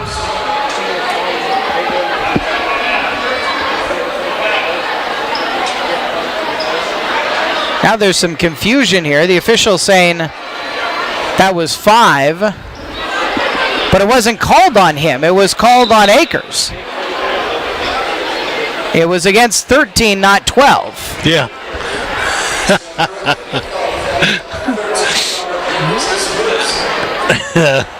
Columbia Orthodontics scoreboard, 6 minutes left in the fourth quarter. Low scoring affair tonight at Southridge, with Kennewick leading the Suns 39-32. Wow. Valencia does end up making both foul shots. Akers gets it up to Breland. Breland will come right, stuck in the paint, back out to Rodriguez. And back off to Breland. Breland works his way in. And back on the perimeter for Devin. Devin coming right against Stroyford. He'll fling it up in traffic, poked by Breland. Back out to Cleveland. His fade away way too hard. Breland has it ripped away from him by Scholes. Scholes bounces, and Stroyford's got it with 1:10 left. 91-60. Right wing, Jace Woodard will pass up the three and can. A 15-foot shot for two on the right baseline. 93-60 the score. Pick and roll inside, and a foul called before Cleveland could get to the rim. It was a very nice look from Devin to Cleveland. Called down on Jace Woodard. Larry Usher, who was up here in your spot while you were off at David's wedding last Friday, would argue, look, just play on, but it's like soccer, play advantage. Hermiston had a layup coming out of that pick and roll. Yeah. Instead, Woodard picks up the foul. And a missed foul shot by Cleveland. Final 50 seconds. Somebody getting serenaded with happy birthday from Richland. I suppose it actually could have been Isaac. Corey having a birthday. Downright baseline, Schultz the senior gets a bucket. And a loud roar of approval to make it 95-60. Foul line jumper for Devitt. He's fading away the line drive shot, front iron off. Valencia Alvarado's got it. Up court, and another look for Schultz. The senior has it poked out of his hands. Out to Black, the senior's three, back iron off. Black gets another chance. His pass inside is poked and stolen by Cleveland. Final 15, down 95-60. Breland will dribble it into the front court. Going to work, driving left, he'll take it down, blocked by Schultz, out of bounds. Schultz and Black, these are guys who've been part of the program for Earl Stroyford and biding their time. They've got all these great young guys behind him, and then some of their own classmates too, so they get